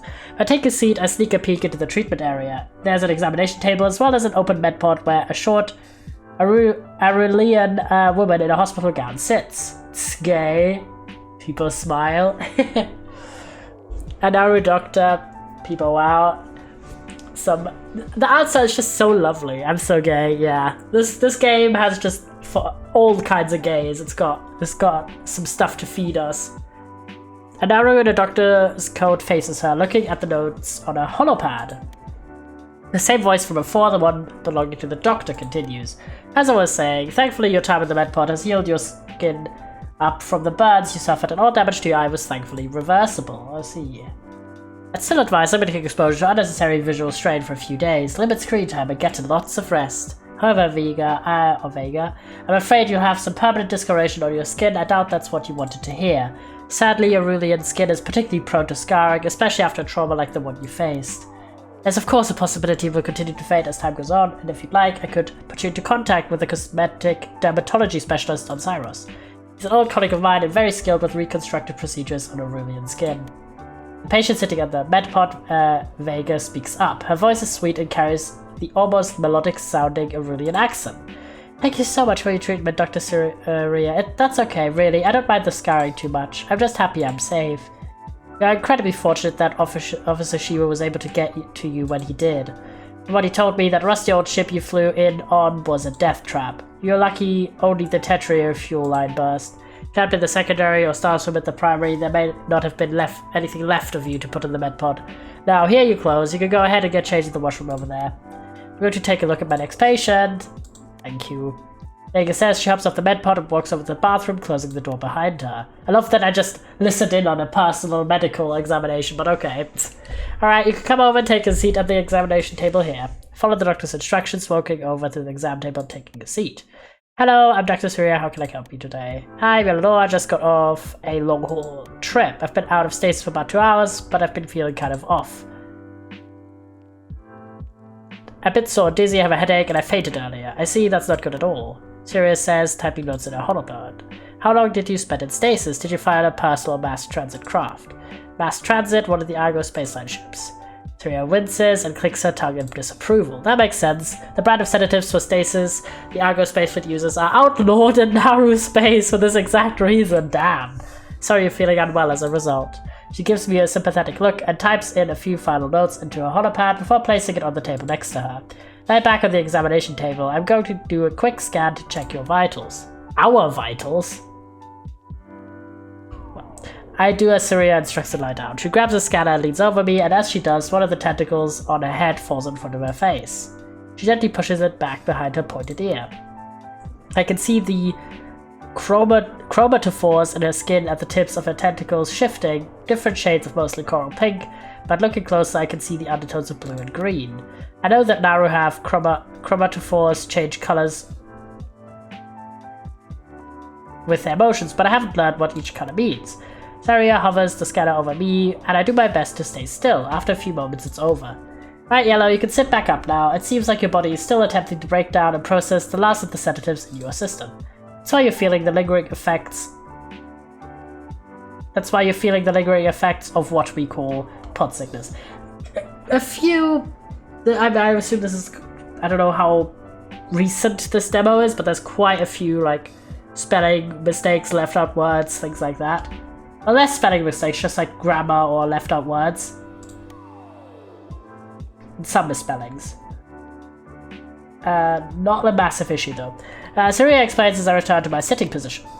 I can give you an injection that will speed up the process significantly. Since it will be going into your bloodstream directly, you'll feel better much quicker. Are you okay with needles? Fine with them. Needles don't really bother me all that much. Good to hear. Sit tight while I get everything prepped then. Saria goes to the cabinet near the treatment areas and scans her wrist chip. I watch as she preps the needle, filling up medicine from a vial. She places it on a tray next to some gauze and some sanitizing fluid. She brings the tray back over and places it in the little rolling table by the examination table. Right, Yellow, I'm going to just do a quick swab here to sanitize the area. Takes my form in her hand. I feel a light brush of her skin on mine. Her touch is cool, but also incredibly smooth. My eyes meet her strange alien ones as she finishes. Are you ready? She asks, looking at me with a calm, pleasant expression. Can't help but feel a slight flush creep over my cheeks as she says those words. Then kick myself mentally, because there's nothing flirty happening here whatsoever. Damn! Why is Space Yellow just, like, actually flirting with every single fucking person he sees? Jesus Christ. Keep it in your pants, buddy. Yeah, I'm good to go. Alright, Yellow, you can breathe in for me, please, and now out. As I exhale, Saria swiftly administers the shot, then covers a small puncture with a little med patch shaped like a little yellow star! Aww. There we go, all done. You can lie back for a moment while the medicine doesn't work. I'm going to clean this up. And I back down at the table as Saria sets about putting her supplies away. So cute. I know, it's so cute. You're Cassie's relative that's taking over the Milky Way diner. Yeah, Officer Shivo mentioned people on the stage that have been waiting for me to get here. We have. Welcome to the Hesperides. How are you feeling now? Would you like to stand up? I get up off the examination table. The difference is startling. My headache and dizziness are gone. I feel much better now, thank you. I'm glad to hear it. Are you going to be heading to the diner now? Yeah, I'm starving. Officer Shivo said he was going to ask someone from the agricultural deck to come by with some produce. But I head over there if I want to meet them. Sounds like a great plan. Maybe you could come by the diner sometime. I think it'll be open in a couple days. Planning on it. It'll be nice not to have to cook for every meal again. As I get myself ready to leave, Vega comes out of the bathroom. Alright, I'm off. Thank you so much for everything, Dr. Saria.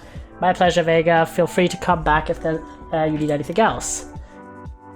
If you have the time before you head to your room, would you consider stopping by the tech office? Our station's lead technical mechanic Roswell has been looking at your ship. They want to talk to you when you get the chance. Maybe you could walk with Yellow here to the promenade. You need to pass through it to reach the tech office, and it'll be good for you to get a lay of the land, or so to speak. Saria turns to meet my eyes. Would that be okay with you, Yellow? I think it would be good if you stuck together. Less likely for one of you to get lost. Sure, don't mind. Fantastic, you both remember what I said. Try not to push yourselves too much, okay? Please come back next time you need medical assistance. Got it, Dr. Saria. Thank you again for your help. Walk over to Vega. She gives me a polite bow and greeting. I return the gesture. Hi, I'm Vega. She says, raising her hand in a small wave. I'm Yellow. Let's head out. I turn and nod my head to Saria as we leave the medbay. Goodbye, Dr. Saria. Saria smiles and waves us goodbye. Yippee. So, how are you holding up? Sorry, I didn't mean to interrupt, but from what I heard, it sounded like you had a rough couple days. Yeah, my starship had a malfunction while exiting the stable wormhole, unstable tertiary fuel line. Thought I could handle on my own, so I tried to fix it myself, but she gestured to the discolored side of her face. I might have overestimated my own abilities. Thankfully, I was able to get this call out before something really bad happened. Must have been terrifying. Oh, it was. I really thought this is going to be it for me. Thankfully, Officer Shivo and the rest of the rescue team were able to get me super fast. Holding up pretty well, all things considered. Just a bit stiff. I'm glad to be up and walking. Oh, the feeling. I just got out of a 2-week stasis early this morning. It feels good to stretch my legs. Heard those long-haul stasis pods are super awful. Is that why you were in the medbay? Pod sickness? Yeah, there was an S missing. They really are. I feel much better now, but I fainted earlier. Thankfully, Shiva was there to catch me, I think to myself. As we walk through the hallways, I notice Vega staring intently at me. Is there something on my face? I ask and we stop walking for a moment. Oh no, sorry I didn't mean to stare and make you uncomfy. It's just I've never met a human in person before. Well, technically I met Officer Shimo, but only briefly, and I was busy trying to not, like, die. Well, you're the first Aurelian I've ever met, so I guess we're even. It's my 5th time out of my home system! Sorry. Yeah, there's also my 5th time. Sorry. It's a good game. It's a good game so far, but I'm just amused by the spelling errors. Oh my stars, me too, she says enthusiastically. I've met Daruans, Sketians, and even Kaheti before, but never human. That's not all that unsurprising, I think to myself. Travel visas to the Aurelian host system are notoriously hard to get a hold of, especially for humans. Vega leans in closest, intently staring at me with her shining red eyes. Up close like this, I notice a slight shimmer to her green skin, almost like she's wearing a light dusting of body glitter. Aurelians are, as a species, look like mythical creatures to us humans, like the Fae or elves of old Earth legends come to life. The entire race was stupidly, stunningly beautiful by almost all human measures of conventional attractiveness. So, what's your impression seeing one of us in person? I ask, trying to mask my self-consciousness from being looked at so intensely. Your ears are kind of funny. They're round. Thanks. Do you want to touch them? No. Do you all Aurelians sparkle? Of course, I guess humans don't. We do not, unless we're wearing makeup, that is. I say with a little laugh, shaking my head. Our hair does turn white as we age, though. Really? That's so cool. Our hair just stays the same color all our lives. Some Aurelians say humans are pretty ugly, but I don't agree with that at all. Imagine if you said, but I agree, to my face, damn.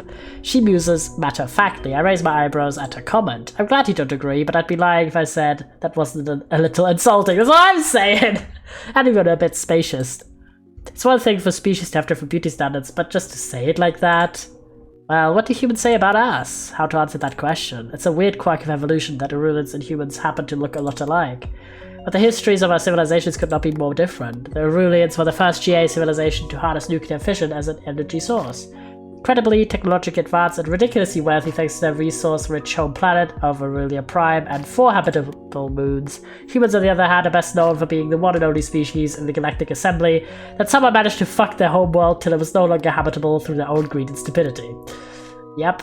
Sure, we managed to survive the collapse of our home planet and expand through our own solar system with the comparatively rudimentary technology we had developed, but we probably could never have dreamed of achieving interstellar travel on our own. It's doubtful the GA would have ever even reached out and made first contact with the primitive, resource-poor residents of the Helios system had their hand not been forced. It's an open secret that the Aurelians tended to look down on our species more than any other. The general human consensus? Aurelians are a bunch of beautiful, rich snobs, blessed with ridiculously good looks and more resources than they know what to do with. That you guys are snobs, that your species is very beautiful. Will be nice, and a bit full of yourselves, I think to myself, but don't say it out loud. Thank you, she says, flipping her hair over her shoulder and flashing me a dazzlingly bright smile before continuing to walk. Oh yeah, I think. Definitely full of yourselves. Also, this outfit looks like Princess Peach. But like, make it the trans color flags. The trans flag colors. I don't know why I'm just saying words in the wrong order today. Don't know. It happens. Sometimes it happens. I follow her down the hall. So, where were you heading before your ship broke down?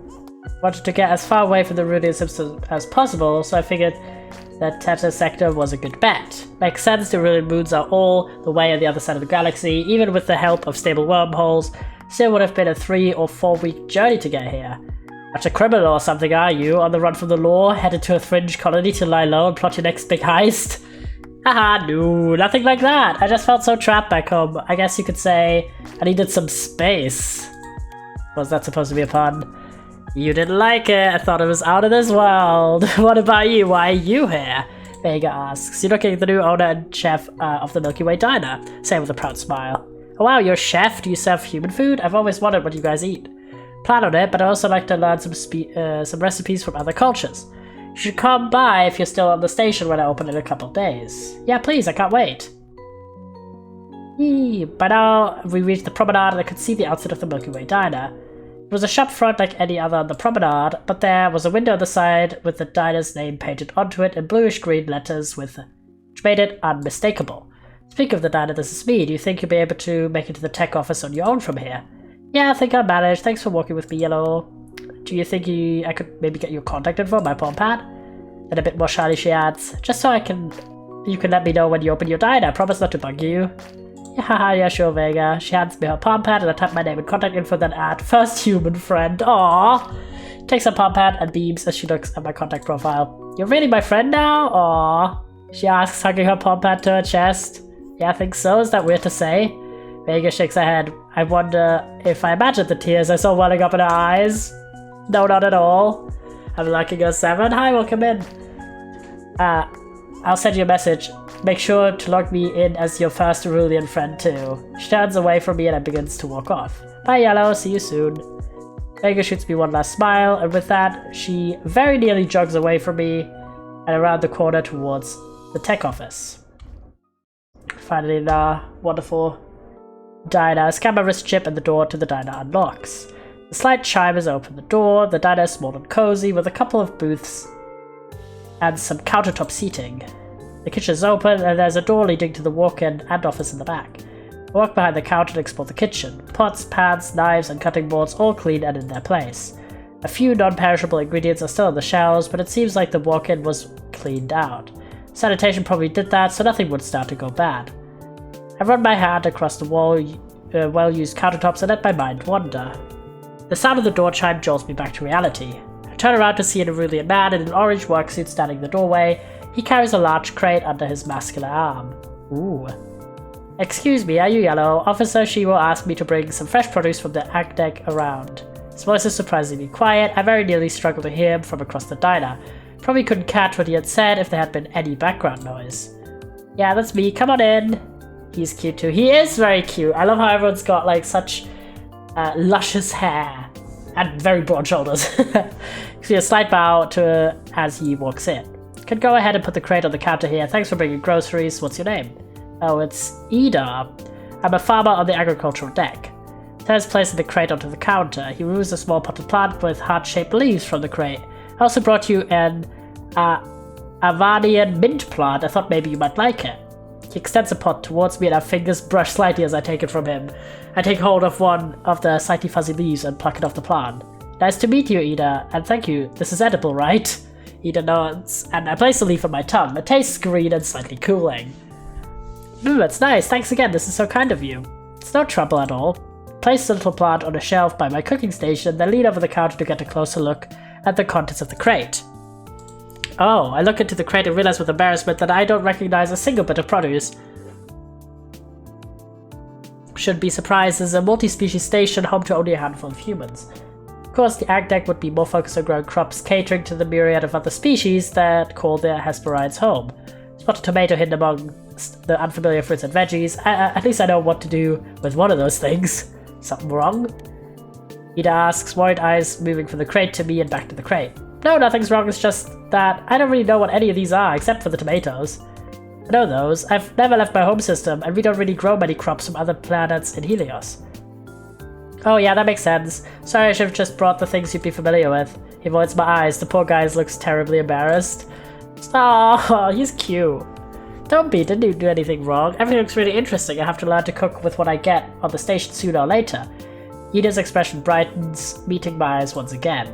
If you'd like, maybe we could do a little taste test. You could sample the produce I brought and I could tell you a little about each one. I'd like that. Should I get out a cutting board? No need for you to get anything dirty. I'm sure this will be fine. Ida pulls out a small pocket knife from one of his overall pockets. We sit across from each other at the counter and start to go through the box of fruits and vegetables. His voice is still quiet, but his tone is more confident. Which one do you want to try first? Ooh, yes! We get to select shit! Let's go! I wanna try this one in the front. Point to the prettiest fruit of the bunch. It looks like a blue bubble with a pink center. What's this one called? This is a sea berry from Nauru. We actually grow these underwater in our saltwater glow shrimp tanks. The plants and the shrimp provide each other with nutrients that keep each other healthy. It's a fascinating symbiosis. Go on, try one. Just take the little top part off before you do. Turn the small crystal-like fruit over in my hand. The outer membrane shines with a bubble-like rainbow iridescence. It's almost too pretty to eat. Almost. Take off the top part as Ada abstracted and popped the sea berry into my mouth. The moment my teeth break the outer membrane, I'm met with a gush of salty, slightly sweet water, followed by the sweet, tropical, and slightly floral taste of the inner fruit. That's so unique. Right, this one then. How about this flower ball? Ah, Atlas beans. These are a staple in the Aurelian system. We have these in some form or another a couple times a day. Can make sweet or savory dishes with them, and they're a great protein source. This is beans? It's a pod. He picks up the sphere and shakes it next to my head. There's the slightest rattle coming from inside. Here, let me show you. He peels back a part of the membrane and shakes 5 large indigo beans out of the pod and into his palm, which he then extends towards me. You can try them raw and fresh from the pod like this, but it's more traditional to cook them. This flower is edible too, though it's more used as a garnish to make a dish pretty than something you'd actually want to eat. So I had to pass on the flower, but go ahead and try one of the beans. It tastes pretty much how I expected. Like any other raw bean I've had before, a bit starchy. Yeah, I think I can see why. I bet if I cooked them, they'd taste much better.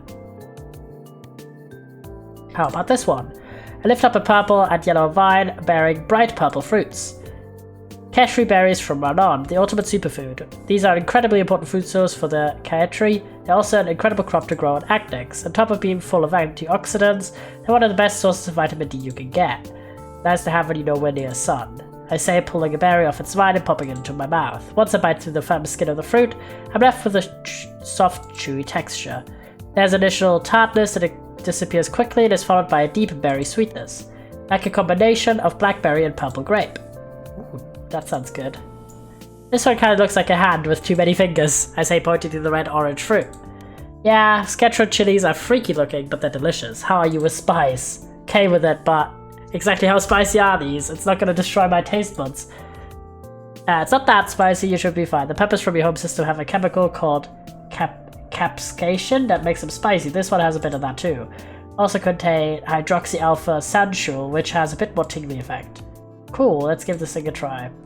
Ada breaks off a finger from the chili and hands it to me. I go for it, taking a big bite. Crunchy and very similar to the peppers I've had before. The heat is subtle, creeping up before the tingling hits, numbing my tongue slightly. It's tasty and the numbing spice is kind of addictive. How is it? Not too spicy? I shake my head. No, not too spicy at all. It's pretty tasty actually. Okay, good. Yippee. This one, let's try this one. Point to the pinkish red pear-shaped fruit with a crown of spikes on its larger end. This is a ruby fruit from Sketro. Explains, picking up the fruit and slicing into it. These used to be near impossible to grow in ships. They're a cactus fruit with very specific requirements. But about 5 standard rotations ago, the Sketrians came up with a gene-modded version that can be farmed on the standard grower tower with some minor adjustments. Higher yielding too. Ida cuts himself off as if remembering something. Sorry, I hope I'm not boring you too much, he says sheepishly with an apologetic look. The peel is edible, but it's not very tasty. Here, he hands me a peeled slice. The fruit is juicy, slightly crunchy, and full of seeds. It's very sweet, and something about its flavor reminds me of bubblegum. Ooh. This one kind of looks like a big radish, I say, handing Ida the big white root vegetable. It's a snow root. They grow in melt water ponds on Ranon near hot springs, but we just grow them in special hydroponic towers here. Ida slices into the snow root with his knife. I'm surprised to see that there are lace-like holes running through the center of the root. He hands me a slice and I take a bite. It's crunchy and starchy like a potato, but there's a slight zesty, spicy, radish-like taste. Nice, I like the crunch. Ida notes an agreement. There's lots you can do with them. Cook them, bake them, mash them, and eat them raw. They're incredibly filling as well. So which one did you like the best? The beans. The Atlas beans. Really? That's kind of surprising. I'd recommend saving. Oh yeah, good idea. At least once in a while. Yeah, my ass just completely forgot. Really? That's kind of surprising. They didn't taste bad, and I like beans. And I think I'm just really excited about their versatility. Glad you were able to find something you liked, Ada says with a smile. I think I want to try cooking something. It's about lunchtime. Have you eaten yet, Ada? No, but I'm fine. You don't need to worry about me. I'm not really hungry right now. Ada quickly rises from his seat on the counter. He turns to start to leave, but as if betraying him, Ada's stomach growls loudly. His face darkens in embarrassment. Oh, that settles it. I'm making us lunch. It's the least I can do after he brought me all this stuff. Sit back down and relax. Tell him, and he sheepishly returns to his spot and sits down. Thank you, Yellow. Sorry for the trouble. Of course, no trouble at all. Let's see. Lunch, what to make. I think soup sounds nice and easy. How about... something from Ada's home. What do you think? Do we have the ingredients to make some Arulian soup? We do, but are you sure you would rather cook something from your homeworld instead? Nonsense. I'm making you lunch to thank you, so I want to make something you'd enjoy. Besides, I need to learn some new recipes if we're going to cater to everyone here. I can't just make human recipes. Only if you're sure. Then how about Atlas bean soup? It's pretty simple and it's a staple on the Arulian moons. Like the sound of that, how do you prepare it? 2 different versions. My family is from Avania, where the more traditional sweet version is popular, but on Leonia and Arulia Prime, they adopted Sketro chilies and a spicy version of the dish is more liked. In that case, I'll make the sweet bean soup. What do you need? Just Atlas bean sweetener and salt. I'll try my best. I hope I don't mess it up too badly. It's time to cook for your customers. Start by choosing the appropriate cooking method for what you want to make. For example, if you want to make soup, select the pot. Once you have selected your cooking method, you can select 2 or more produce and or pantry ingredients to cook, experiment to discover new recipes, and when you're satisfied, serve the dish to the customer. Yes! We get to finally cook, fellas! Get the beans in, and then add sweetener and salt. Cook! Made sweet Atlas bean soup, a comforting, slightly sweet and hearty Arulian peasant dish. Serve! Yes! I was waiting for the cooking element. Okay, I think that'll do it. I say, looking over my shoulder from my station. All the while that I've been cooking, Ida has been watching me. One elbow propped on the counter, his hand supporting his head. His head supporting his hand would be funny. Of course, every time I look over at him, he made a point to look literally anywhere else. He's so cute! Like a little shy fella. Eventually, I decided to pretend I didn't notice and focus on cooking. Feed him! No, serve him a bowl. Well, come on, we don't feed random strangers. I grab 2 green bowls and ladle soup into them till they're both full. I place 1 bowl in front of Ida at the counter. Then I take my bowl, deciding to eat on the cook's side, standing and facing him. Right, dig in. I hope I managed to get the recipe right. Let me know if I need to do anything different next time. Ida digs in with enthusiasm, his eyes wide as he takes the first bite. It's fantastic, Yellow. You sure this is your first time making Arulian food? You cooked the beans perfectly, the texture is spot on. You even garnished with a bit of the Avanian mint. The mint was just a lucky guess on my part. Don't think you're flattering me too much. It's like you said, it's a pretty simple dish. Asked with a laugh. I'm glad I managed to succeed in making it a Arulian dish. Don't think so. If anything, I don't think I can praise you enough. Ada sighs. Eating this makes me feel like I'm back home. Well then, I'm glad. This is seriously delicious. Have you always been a chef? Never worked as one professionally, if that's what you're asking, but I've always liked cooking. It's always made me happy to see my family and friends enjoy the meals I made them. And seeing you enjoy this meal now, I feel like I made the right choice coming here. You know, your aunt told me once that she saw it as an honor to get to cook for people. And it made her glad to know that no matter how bad of a day someone was having, once they came into the Milky Way diner, they'd at least leave with a full belly and a better mood. I feel a similar way about the work I do on the Act Deck. Notice you get pretty passionate when you talk about plants and stuff. Always loved growing things. It's kind of like that happiness you said you get when you see people enjoy the food you cook for them. Makes me happy knowing the plants I take care of will go on to feed my community. There's so much warmth in his coral eyes, I can tell Ida means every single word. You're a really kind person, Ida. So are you, little... so are you, he says with a soft, kind smile. Together we finish our food, chatting a little here and there, but mostly just enjoying the meal in each other's company. That was delicious, thank you for lunch, Here, let me help you with the dishes. Grabs his bowl and gets up from his seat. Ada extends his hand towards my empty bowl, but I slide it out of his reach. He gives me a puzzled look. You're very welcome, but do you normally ask to help with the dishes when you eat out? I asked jokingly. Ida lets out a little laugh of amusement. No, but I'm not exactly a paying customer right now, am I? So let me give you a hand. He reaches over the bowl again, and this time I let him take it. He walks behind the counter and heads to the sink. I made this meal to thank you, but now I can't help but feel like I owe you again. Ask if you would like to have dessert? Surely. Do you have room for dessert? I can quickly make something sweet. Don't worry about having to do more dishes. I'll put a load in the dishwasher before I lock up. Normally wouldn't say no, but are you sure you want to cook again? I also have to head back to the agricultural deck soon, so I don't think I have the time to sit and eat dessert. I was actually thinking I'd like to make something to bring to my block for my new neighbors. Nothing breaks the ice like free food. Make some for you as well, and you can take it with you to the Ag Deck for an afternoon snack. It'll be really nice. I'm sure they'll appreciate it. Do you like pudding? Maybe jelly. You brought so many nice fruits, I think that would be a good way to showcase their flavor. Sounds delicious.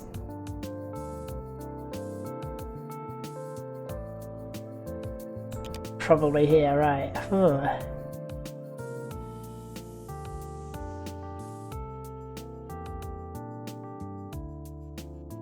I'm thinking these two together.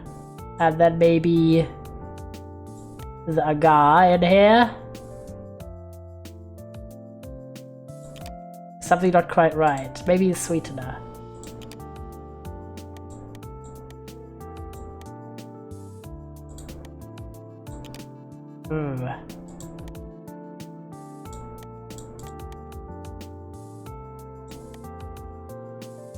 Maybe just one fruit. And I'm thinking this.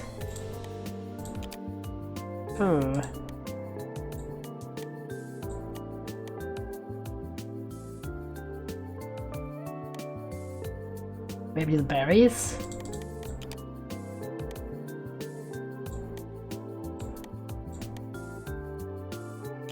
Haha! You made a cashew berry jelly, a light jiggly jelly dessert made with cashew berry. Serve. Looks cute. The last of the dishes in the dishwasher, pack the desserts into reusable containers. Wipe down the counters quickly and get ready to lock up. Thanks for helping me clean up, Ida, and bringing those ingredients too. Here's your snack, I hope you like it. Anytime, Yellow, and thank you for lunch and this dessert. I should head back to the ag deck now. What are you going to do with the rest of your day?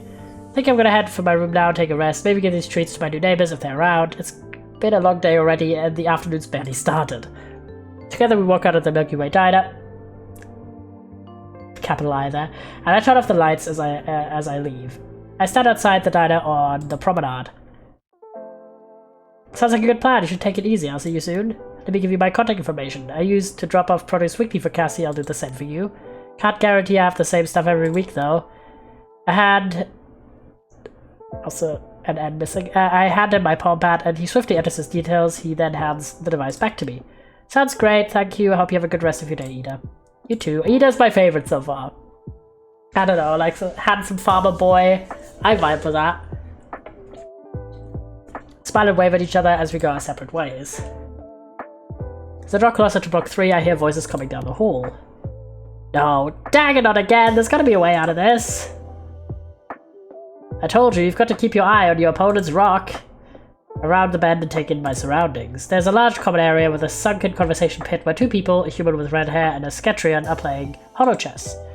There's an opening in the right wall leading to a common kitchen and 3 doors which I assume lead to the residents' apartments. This human game is far too simple, I believe, with this move. The Sketrian moves aforementioned rock and captures the human's king. I win, and your credits are mine. The red-haired human looks crushed. Come on, Sketith, best 2 out of 3!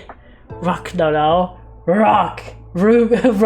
No, rock, yes. I misread, okay? I misread. Don't forget it's about chess.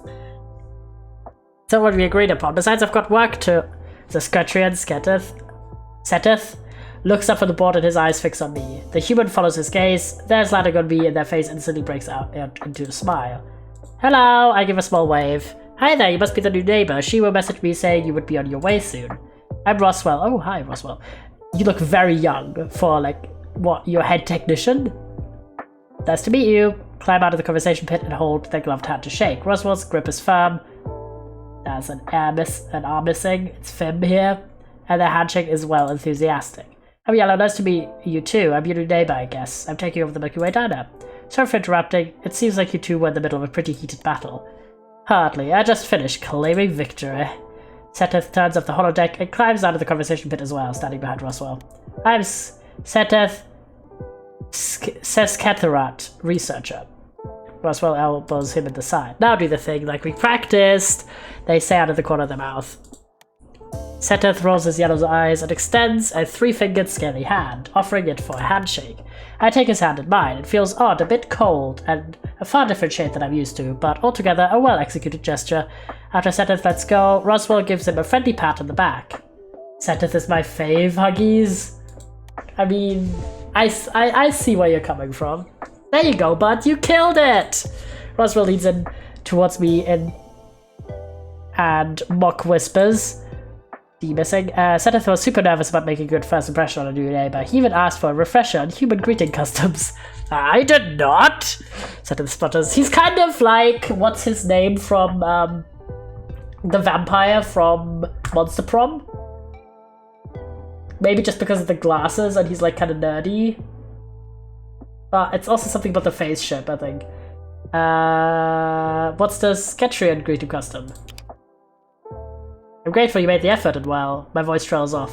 I really should have brushed up on my interspecies relations before coming up all the way out here. Seteth clears its throat and shifts awkwardly. That's well, the thing is, how should I put this? Roswell leans in towards me and whispers under her breath. Scattering greetings are kind of intimate.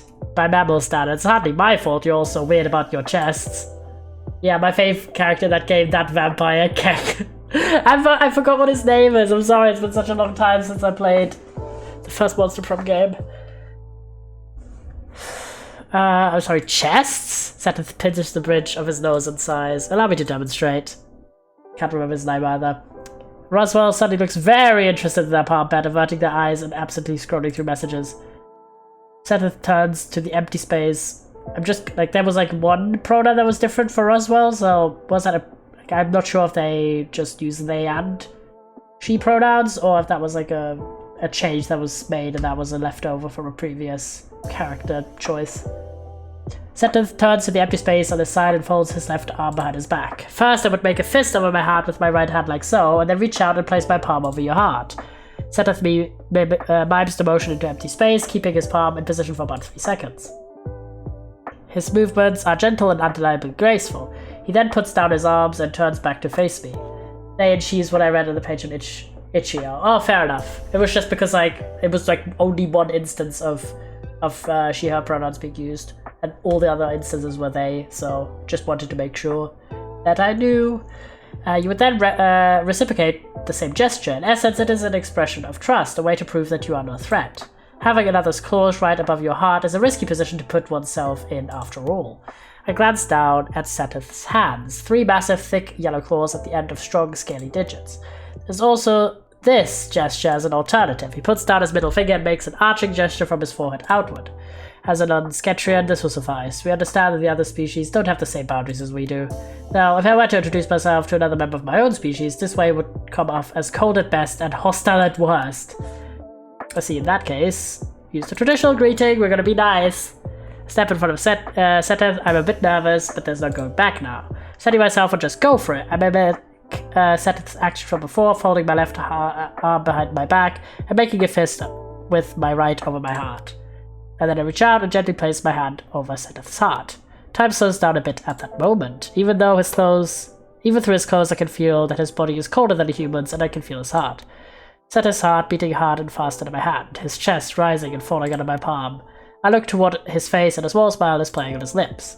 I feel heat rise in my face and I realize a second too long has passed. I move my hand quickly as if burnt by a stove. Seteth notices, he says nothing. It's good to meet you, Yellow. Seteth says with a warm tone. Left hand behind his back, he makes a fist with his right hand, places it over his heart, and then reaches out and places his palm over my chest where my heart lays. His large, cold-clawed hand is still and unmoving on my chest, feeling my heartbeat. I understand why this is an expression of trust for his species. He could rip the heart out of my chest if he wanted to, literally. Good to meet you too, Seteth. After the 3 longest seconds of my life, Seteth removes his hands from my chest. One hand. As if on cue, Roswell puts their palm pad back in their pocket. See what I mean? Intimate. Seteth clears his throat. Anyway, welcome to Book 3. Yeah, welcome. How's your flight? Did it go okay? It's a long way from the Helios system. Are you from the Helios system too? Nope, I was born in the Casper. One of the 3 original human extrasolar mobile space settlements, right? Bit of exploratory dialogue here. Getting through exposition. The 3 Magi, as they're called, 3 massive ships that left the Helios system not long after first contact with the Galactic Assembly almost 2 centuries ago. Built with the help of the Assembly as a token of goodwill, the residents were the first humans to set out and join the galactic community. Lots of those original passengers ended up settling in established GA colonies. Some would go on to settle fringe planets, but a significant population decided the ships were their home now. Plink. Plink, the Goddard stove is on! Yippee! People claps. Hi. Plink, and some might say I'm cooking. Let her cook! They would journey on, exploring the galaxy as generations passed. I remember the first time I took a long-haul transport off the Casper. It was budget, of course, and I felt like I had the worst hangover for days after being in the pod. What is this twig doing here? Looking in-game? Thanks for clarifying in-game, Nab. I appreciate it.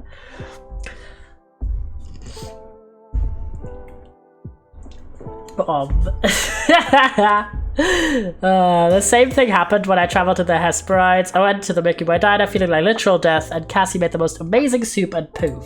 I was making sure, oopsie.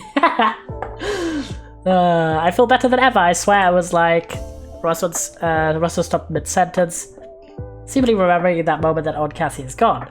They shake their head and blink back the tears that start to form in her eyes. Your aunt was a real great lady. The Milky Way diner means a lot to all of us here. It's really great that you're carrying on that legacy and keeping it open. Seth nods his head solemnly. She really was something. I ate pretty much all my meals there. We both did. Nothing beats Cass' spicy fried spiny bugs. Roswell sighs wistfully, and Seth rolls his eyes again. Cass's cooking was indeed very good, but that dish is simply a waste of perfectly good spiny bugs. No, it's not. Fried spiny bugs are literally my second favorite food of all time. What is this you would like to say? You could deep fry circuits and they would taste good. All you're tasting is oil, salt, and starch. You can hardly taste the delicate flavor of the meat under all that batter. I personally prefer them simmered. I like to actually enjoy my bugs for what they are. Sorry, spiny bugs. The name sounds vaguely familiar, but as for what they look and taste like, I'm drawing a blank.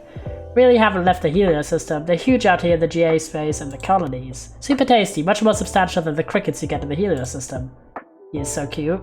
You love them. Cassie once said they taste kind of like lobster, which I've never had, but I think it's supposed to be good. Specialty from my home planet, Adar breeds them on the agricultural deck. You could ask him to bring you a couple to sample. Good to know, I'm actually kind of curious. But they taste great fried, unreal. Fried and spicy with something to dip them in. Now you're talking. Gonna make us some time. I'll do my best, though I can't guarantee the results will be as good as Aunt Cassie's. Sure, they'll turn out great, certainly better than anything I could make. Not saying much, Roswell is an absolutely abysmal cook. Harsh. And the truth, sadly. Can fix any piece of tech you put in front of me, but I have no idea how to put together a decent meal. I've been living on instant food since the diner closed. Seeing a lot of me after you open up shop. If I forget, I made you guys some sweets. I offer them the reusable containers filled with the desserts I made. Thank you, you shouldn't have really. Come on, man, just say thank you and move on. How was move on with 2 O's? How was Yana supposed to know you don't do sweets? Oh shoot, sorry, I didn't think of that. Roswell gracefully takes the containers from me with an apologetic smile. And Roswell's just there. So Roswell looks too young for me, personally. Like, they look really young, like 16 young. I know they're probably not a child, but they just look very young. Based on the fact that they have like a full-time employment and everything, but still. They look too twinky for me. Sorry about him, it's fine, Yellow, don't worry about it, I'll happily eat his share. Roswell snaps their fingers as something just came to them. Oh yeah, I almost forgot, I have a welcome present for you. A present? Yeah, just a little welcome to the neighborhood gift. Roswell leans down and grabs a small duffel bag that was sitting on the couch. They dig around for a moment before pulling out a lumpy ball wrapped in festive patterned reusable cloth and handed it to me. Thank you, should I open it now or later in my room? Definitely now, I want to see the look on your face. Yes, I too am rather curious to see how you will respond. Green set this amusement and Roswell's naked enthusiasm. I feel a bit nervous. Could this be a prank of some kind? No, these two don't seem the type to haze their new neighbor. Tentatively, I open the wrapping to reveal a fuzzy blue ball with big ears. Aww, it's like a Furby. Literally. Its robotic yellow eyes click open and I flinch, almost dropping the contraception. Yikes. Wow, easy there. I steady myself and take another look at it. Some kind of pet bot, the kind that's pretty popular with kids. It's not any creature I recognize. You like it? I know it can be hard adjusting to a new place. Found this little cutie in a box of cat tree scraps Kyle brought back from Run-On and fixed them up to keep you company. It's supposed to be a rune. Well, a cartoonish interpretation of one. Kyle said they were super popular in her home world when she was a cub. Don't hold back. I told Roswell it was a bit of a juvenile idea. Just another word for fun. Anyway, be honest. The robot starts letting out a slight rumbling mechanical purr. There's no denying the sound is comforting in its own way. Love it. I would love to get a pet robot as a gift. I love it. It's really cute. A bit creepy, but cute. Creepy cute. Exactly. Sethus shudders. It stares into your soul. Right into your soul. Part of the rune's charm. Kyle told me in the wilds of Run-On, they immobilized their prey with their stare. Oh, they are an adult, but apparently they were considered a prodigy in robotics when they were younger, which could mean how she's younger while already having a career. Yeah. It's just something, it's like, it's the size of the eyes and like proportions of the vase primarily that makes this person just look really young. Which is why it's like, for me, this is like a friend zone situation immediately. Thanks so much, Roswell. This was so thoughtful of you. I really do love it.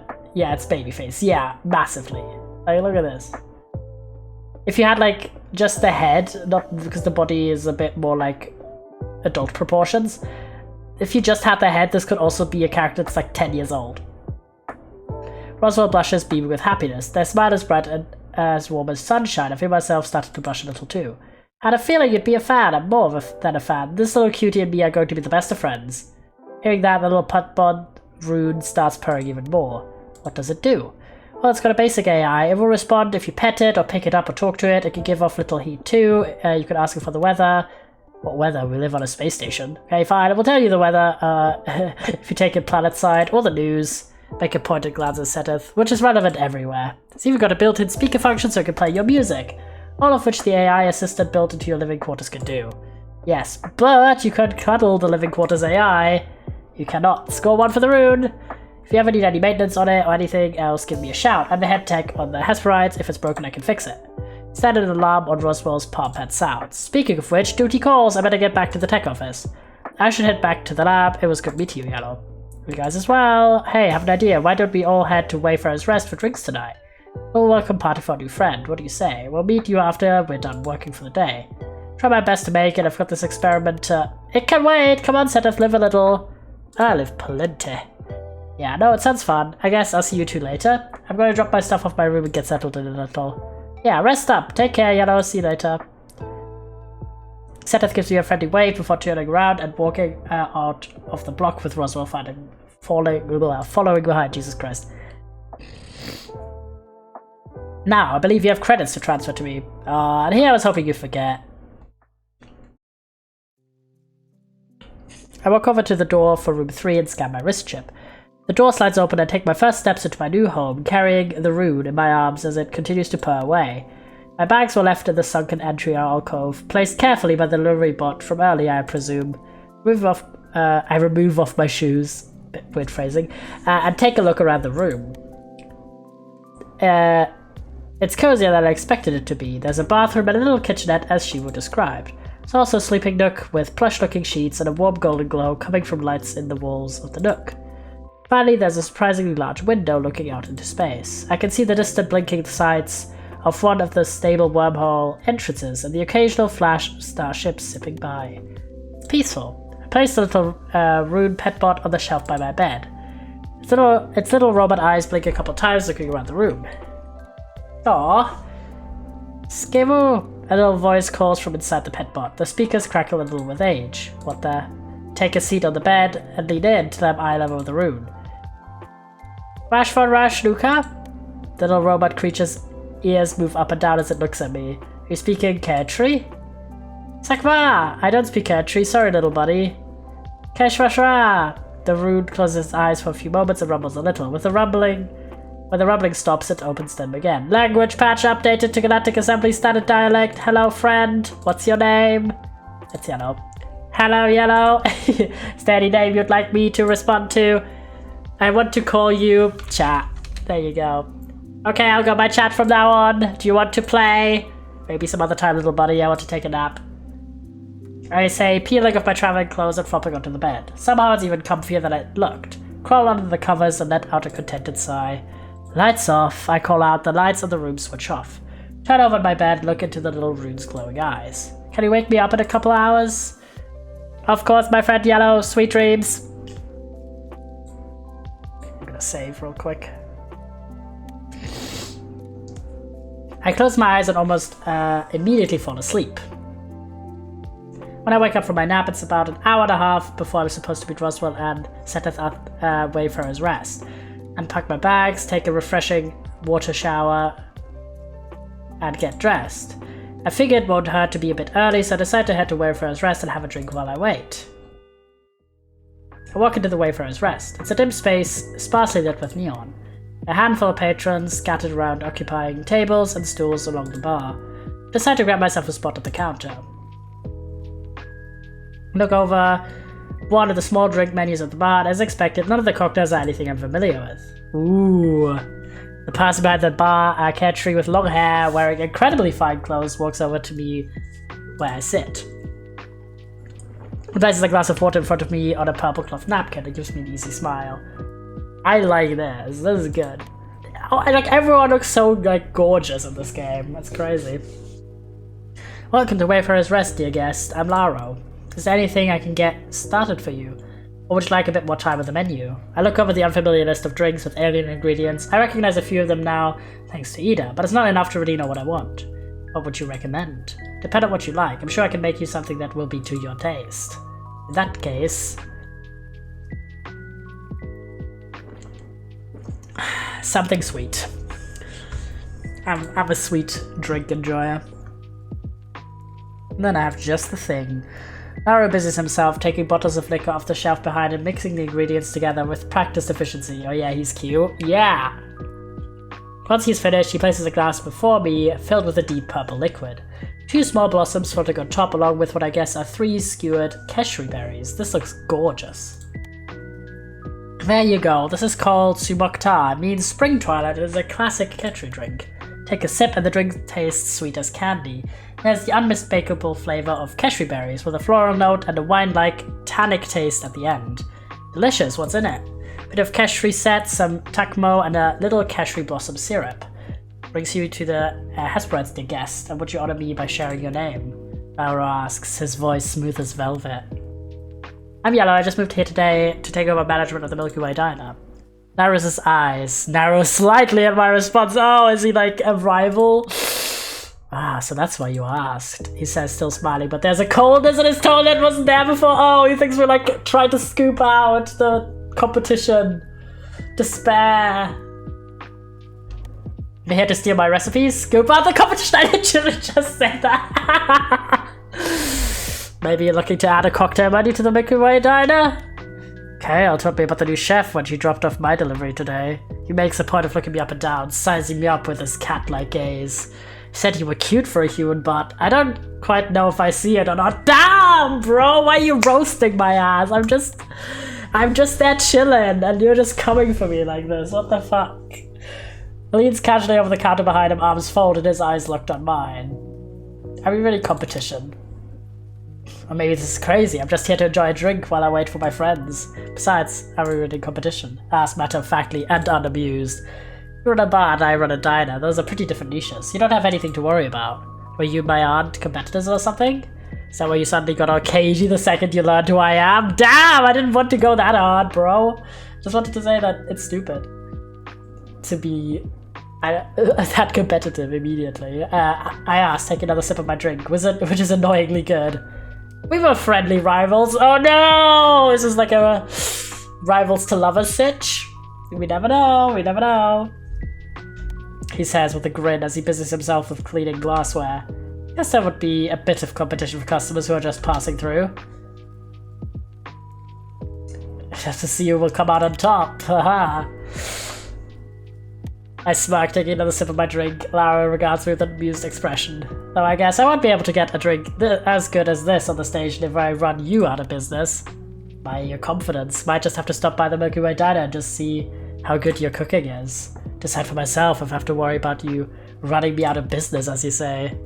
As long as you don't steal my recipes while you're at it. Come on, a little bit of friendly, like, rival flirting vibes, you know. Lara lets out a purring chuckle. I don't quite think I'll need to resort to that. Friendly rivals, then? I asked, raising my glass. Friendly rivals. Lara says as he sets about prepping what looks to be garnishes for cocktails. This is so difficult. Like, every time we meet a new character, I'm like, oh, they're cute. Like, you know, I could see it. And then we meet another person, and it's like the same thing over again. God damn it. As I continue to sip my drink, my eyes wander to the shelves of unfamiliar bottles. So what is in all of these different bottles? I asked, pointing to the shelves behind Laro. He's my second fave, man's wearing purple has long ears and purrs huggies. You are a simple man, and I respect that, James. It's not all alcohol, right? Not at all, Laro answers. Aurelians can't consume alcohol, nor can the Naru, but they have their own beverages that produce altered states. There's Dreamflower Nectar from the Aurelian system. Lara turns around and pulls a round bottle filled with a thick golden yellow substance, placing it on the counter for me to examine. Has a lovely sweet flavor and a mild psychedelic effect I find rather enjoyable myself. Can humans drink it too? Yes, the Lara can as well. Sadly, Sketrians are a bit sensitive to some of the compounds found within, so they generally don't consume it. Unless they're looking to have a very wild night. I see. I say, picking up the bottle. Okay, spelling mistake. And turning it over. The writing overall, like, is very good. Like, the story writing is very good. Just quite a few errors to, like, correct. Form errors, not writing errors, though.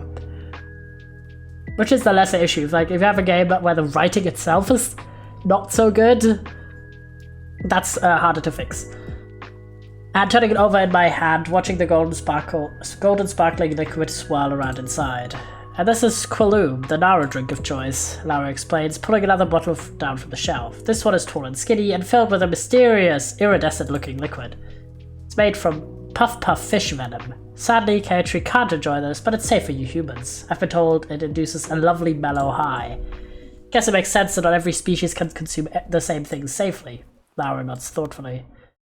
It is indeed a very important thing to consider when you're providing food to multiple species. I've got a lot to learn if I don't want to end up accidentally poisoning someone. It would be bad for your business.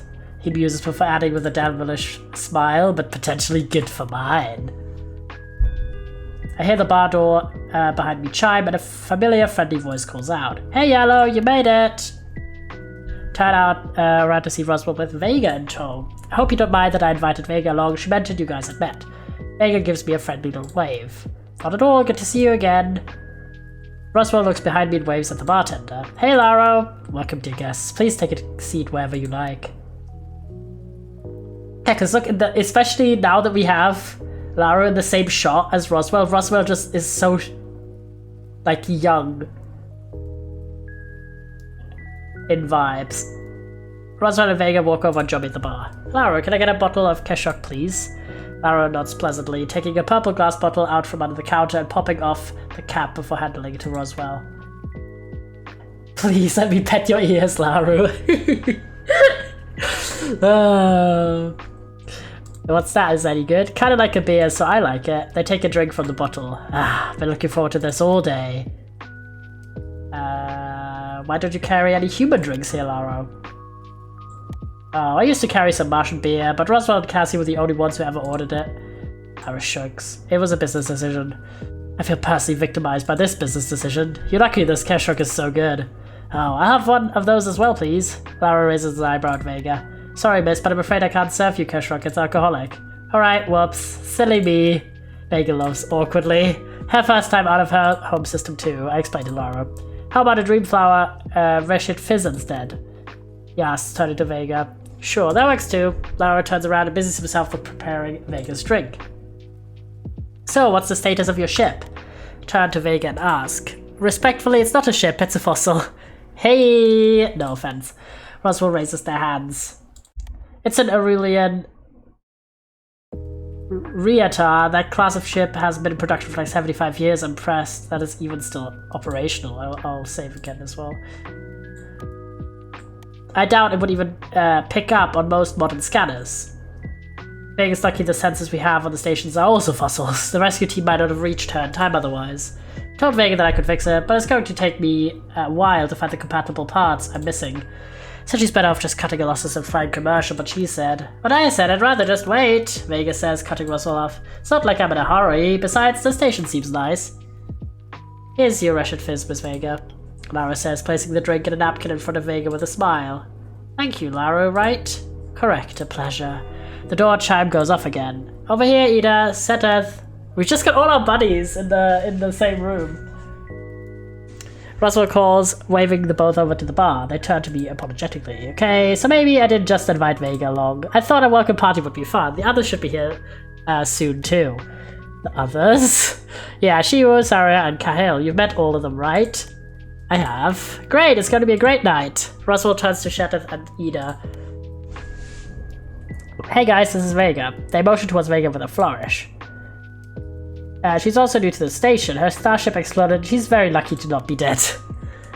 Vega bows towards Ida. She then greets Seteth with an arching, I'm gonna assume, gesture from her forehead outward with her right hand. It's a pleasure to meet you both.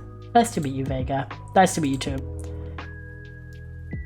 Ida says with a polite bow, I can tell he's making an effort to speak louder so he can be understood over the music and conversations. He tilts his head slightly as he looks at Vega. Sorry to ask, but have we met before? Vega shifts a little at Ida's question. No? Why? Of course, sorry I asked. You look so familiar, but I can't quite remember how. Surely she's like some sort of like royalty or like a prominent figure in there on the home planet or something. And she's like running away. Surely that's the, like, she gives like royal princess vibes. True. I don't know why I said royal princess if there's non-royal princess, but you know what I mean. I forgot. There's like a short story in Fools in Love. Imagine unroyal princess, yeah.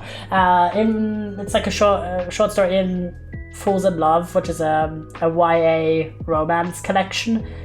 That's also about a princess running away to a space station and meeting another girl there and having like a bit of a whirlwind romance where the girl doesn't know that it's a runaway princess. So that's immediately what I was thinking about when I saw this interaction happen now.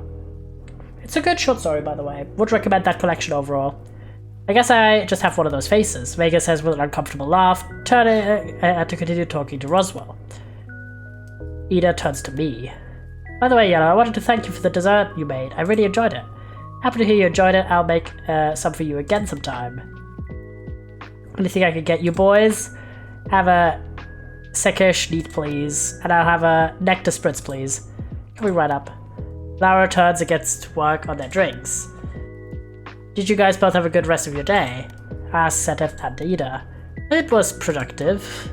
But wondering what exactly is it you researched out here, Seteth?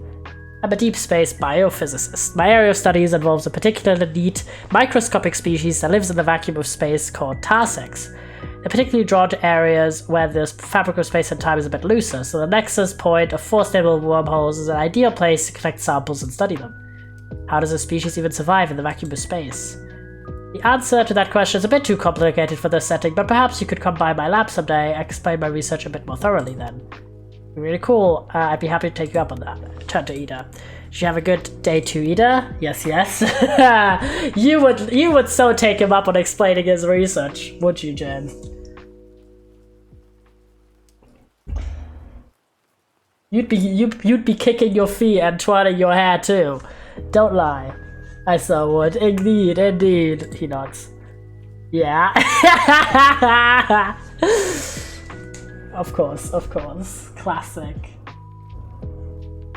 We transferred some strawberry seedlings to the grow towers. You grow strawberries here too? When will they be ready to harvest? About 2 weeks. I'll include some of your produce delivery once they're ready. Looking forward to it. I'd love some as well, Lara says, handing Ida and Seteth their drinks. I have a great idea for a new cocktail. Alright, let's get this party started! Even though my hair isn't even long enough for twirling it yet. Kicked over you. You just mentally do it. Calls a familiar voice from the edges of the bar. I look over to see Kyle stride into the fairway's rest. Laro, Sekevor, Takmo Vorash. Sa, Vorash Bar. Lara responds in Caretry and pours Kyle a shot of clear alcohol. She takes the shot from Lara, slams it back in one swift motion. Ooh, now that's what I'm talking about. She exclaims and turns to Roswell. Hey, Sparky! Roswell and Kyle share a high five that becomes a surprisingly elaborate secret handshake. She then turns to Ida, giving her a friendly pat on the back. Sprout, my man, how are those seeds I brought you back last time doing? Doing great, just started germinating. Love to hear it. Seteth, always fun to see you out of your science cave. The word you're looking for is laboratory. Yeah, but science cave is just way more fun to say. And you? Kyle turns to me with a bright smile. How was your day, sugar? I hear Seteth mutter. You really could not wait till you got settled before trying to charm him, huh? Kyle shoots him an icy glare before turning back to me. It was pretty good, I'd say. Lots of new friends, as you can see. I have to ask, are you going to keep calling me that from now on? Not unless you ask me to stop. I don't mind. I think nicknames are fun. Nah. Vega taps twice on Kyle's shoulder to get her attention. Hello, we haven't met yet, I'm Vega. Oh hi, sorry I didn't mean to ignore you there, drama. As Kel and Vega introduce themselves to one another, my attention shifts to the other two people entering the Warefarer's Rest, Shiva and Saria. They walk over and join us at the bar. It's really everyone in this bloody little bar. Doctor Officer, can I get anything for my dear guests? Take a glass of Quiloom. Just some iced tea with mineral water, please. Of course, you're an iced tea drinker. Coming right up, Laro says with an easy smile.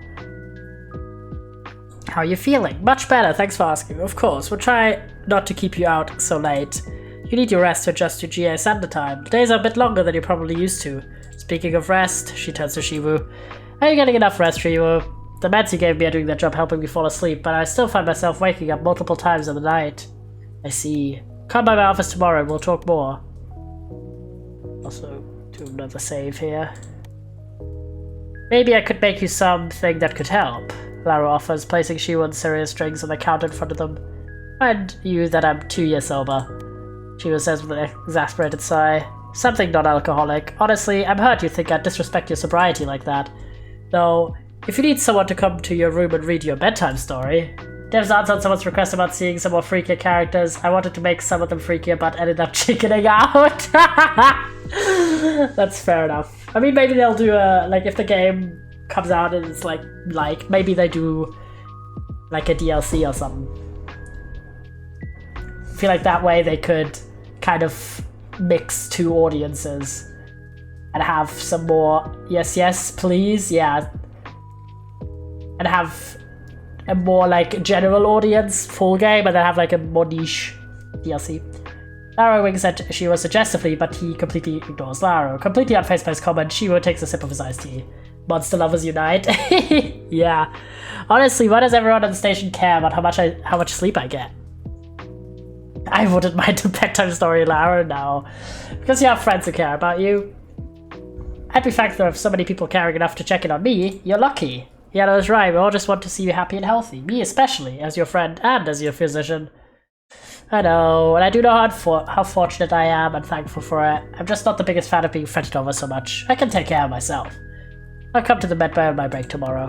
Can I come see you tomorrow too, Saria? Oh, of course you can, Yellow. But didn't you just say you were feeling much better? I am, but I might have some trouble adjusting to the time change like you said. Maybe I could bring you lunch? Since you said earlier you were looking forward to not having to cook for every meal. Very generous of you to offer, but you really don't need to trouble yourself, Yellow. I can wait for the diner's opening like everyone else. I'll be happy to give you a quick checkup tomorrow should any problems arise. Yeah, of course. Sorry if I overstepped there. You seem to care for everyone here so much. I wanted to do something to make you feel cared for too. Aw, you didn't overstep at all, so don't worry. But I won't be accepting any special treatment, not unless you want to deliver lunch to Shiva and everyone else. As conversations continue, Roswell climbs onto the bar. They stand at the counter and call out to the assembled group.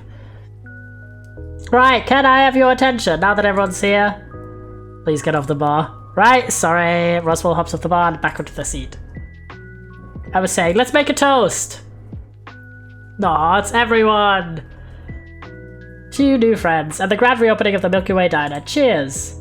Cheers, yippee. People claps.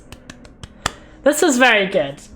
My only gripe was like that spelling, like mistake / grammar / missing words, like just some text presentation issues, but the writing was really good, the art was gorgeous, the music was very subtle but like nice. I often complain if I think the game is too quiet, and this one definitely wasn't.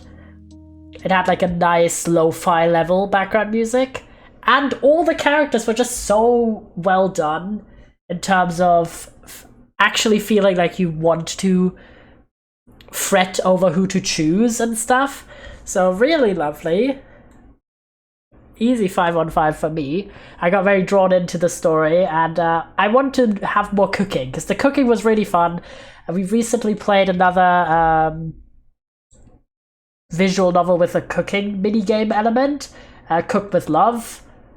I can already see some cool character storylines. Me too, yeah. And I always love having another element of on top of like the visual novel typical story engagement. So, and this one had a very well made cooking minigame in my opinion. It was very nicely done. The art is gorgeous, including for the objects and the backgrounds. So I see a lot of potential for this, and I'm so hyped to hear that it did actually get funded, and we're gonna get the full game. So I'm keeping my eye out on this one. My eye is on it. All right. I mean, I was glad to say that the other demos didn't take so long because this one did, so it balanced itself out. If you don't know anything, we have a subathon upcoming soon. Not relatively soon. July 26th. Keep in mind, it's 4 p.m. BST start time. If you have not logged it in your calendar, if you haven't retweeted the tweet on Twitter, go ahead. 90 days. Yeah, it's we're getting close. We're getting close to it. I'm very excited. So keep it in your back pocket. And I thought while we're at the end, I did mention that we are gonna have a stream in which I give you boys media recommendations. Again, I did a stream like that in October last year, and it was a big success, and you boys overwhelmingly voted for it in the Discord. So we're going to do it again, and as typical, I want to give you enough time to do submissions. And so I'm going to do a little demonstration for you, chat, because quite a few of you might not have been around for that stream at that time. So the link for this is this. I'll also post it on Twitter and in the Discord as well, so don't worry if you don't copy it out right now, but that's the link to it. And the way it works is very simple. So you guys give me your name. This time I clarified it can be your Twitch username if that's what you're mostly known as, because some people obviously have James. I know James is James Sensitive Creature. That's in my mind, but for some of you boys, you might just be called by your username alone and not any other name. So let's say you just put your name here, and then it leads you to this, where you get to pick what kind of media you're looking for recommendations for. So let's say I want a TV show, and then it leads you to that section in the questionnaire. So you get to pick, okay, I want an animation show. I added other here. So it's ongoing ended, so you could say, like, I don't want any shows that were cancelled. If you select ended, let's say I don't want any cancelled shows or anything. So I added another option here just in case you wanted to have any other input, or like I don't know. If I just thought it would be a good thing, considering ongoing ended was maybe a little bit narrow for the original one. Then we have preferred episode length. Let's say you do this. For these check marks, you can always select as many, and I will just consider that as the biggest scope. So let's say I select this, then that means between 1 to 3 seasons, it's good. Then I have a topics or subjects I'm looking for, and I've added some new ones, and also they are shuffled, so they're not always in the same order. So hopefully that also reduces like sorting bias, basically. But yeah, I've added some different themes and altered it a bit more based on the subject area or the media. So in this case, for example, we have web show, we have sitcom, we have some topics, and for some of them, like movies, TV, and actually for all of them, I based it off of the tracking apps I use, what topics I have personally consumed a lot of. For books, for example, I looked at my Storygraph statistics and what genres I've read a lot of this year, or what I have a lot on my to-read list and stuff like that. So I did a little bit more of a focus on what I personally have already consumed to give you more, I guess, detailed suggestions. So let's say I want a comedy show, let's say that, and then I've added one big new thing is additional instructions or notes. So anything you don't want in your media, any triggers or a media you really loved from the same genre, anything you want me to know on top. Like we didn't have this last time, and it was suggested to add it just so anything that the questionnaire doesn't include, but you want me to know, can be here. So let's say I really loved Brooklyn Nine-Nine as an example, right? And then I can use that as additional info. Or let's say you add, I don't know, anything that has what's a good, anything that focuses on bullying I cannot deal with, like as an example. So any other information that you feel like is pertinent, you can add here and then you submit. And as you can see, you can submit another response. You can do 10 responses, you can do 1 response, you can pick from different media. So now, let's say you've looked for a TV show, but now you want a movie as well.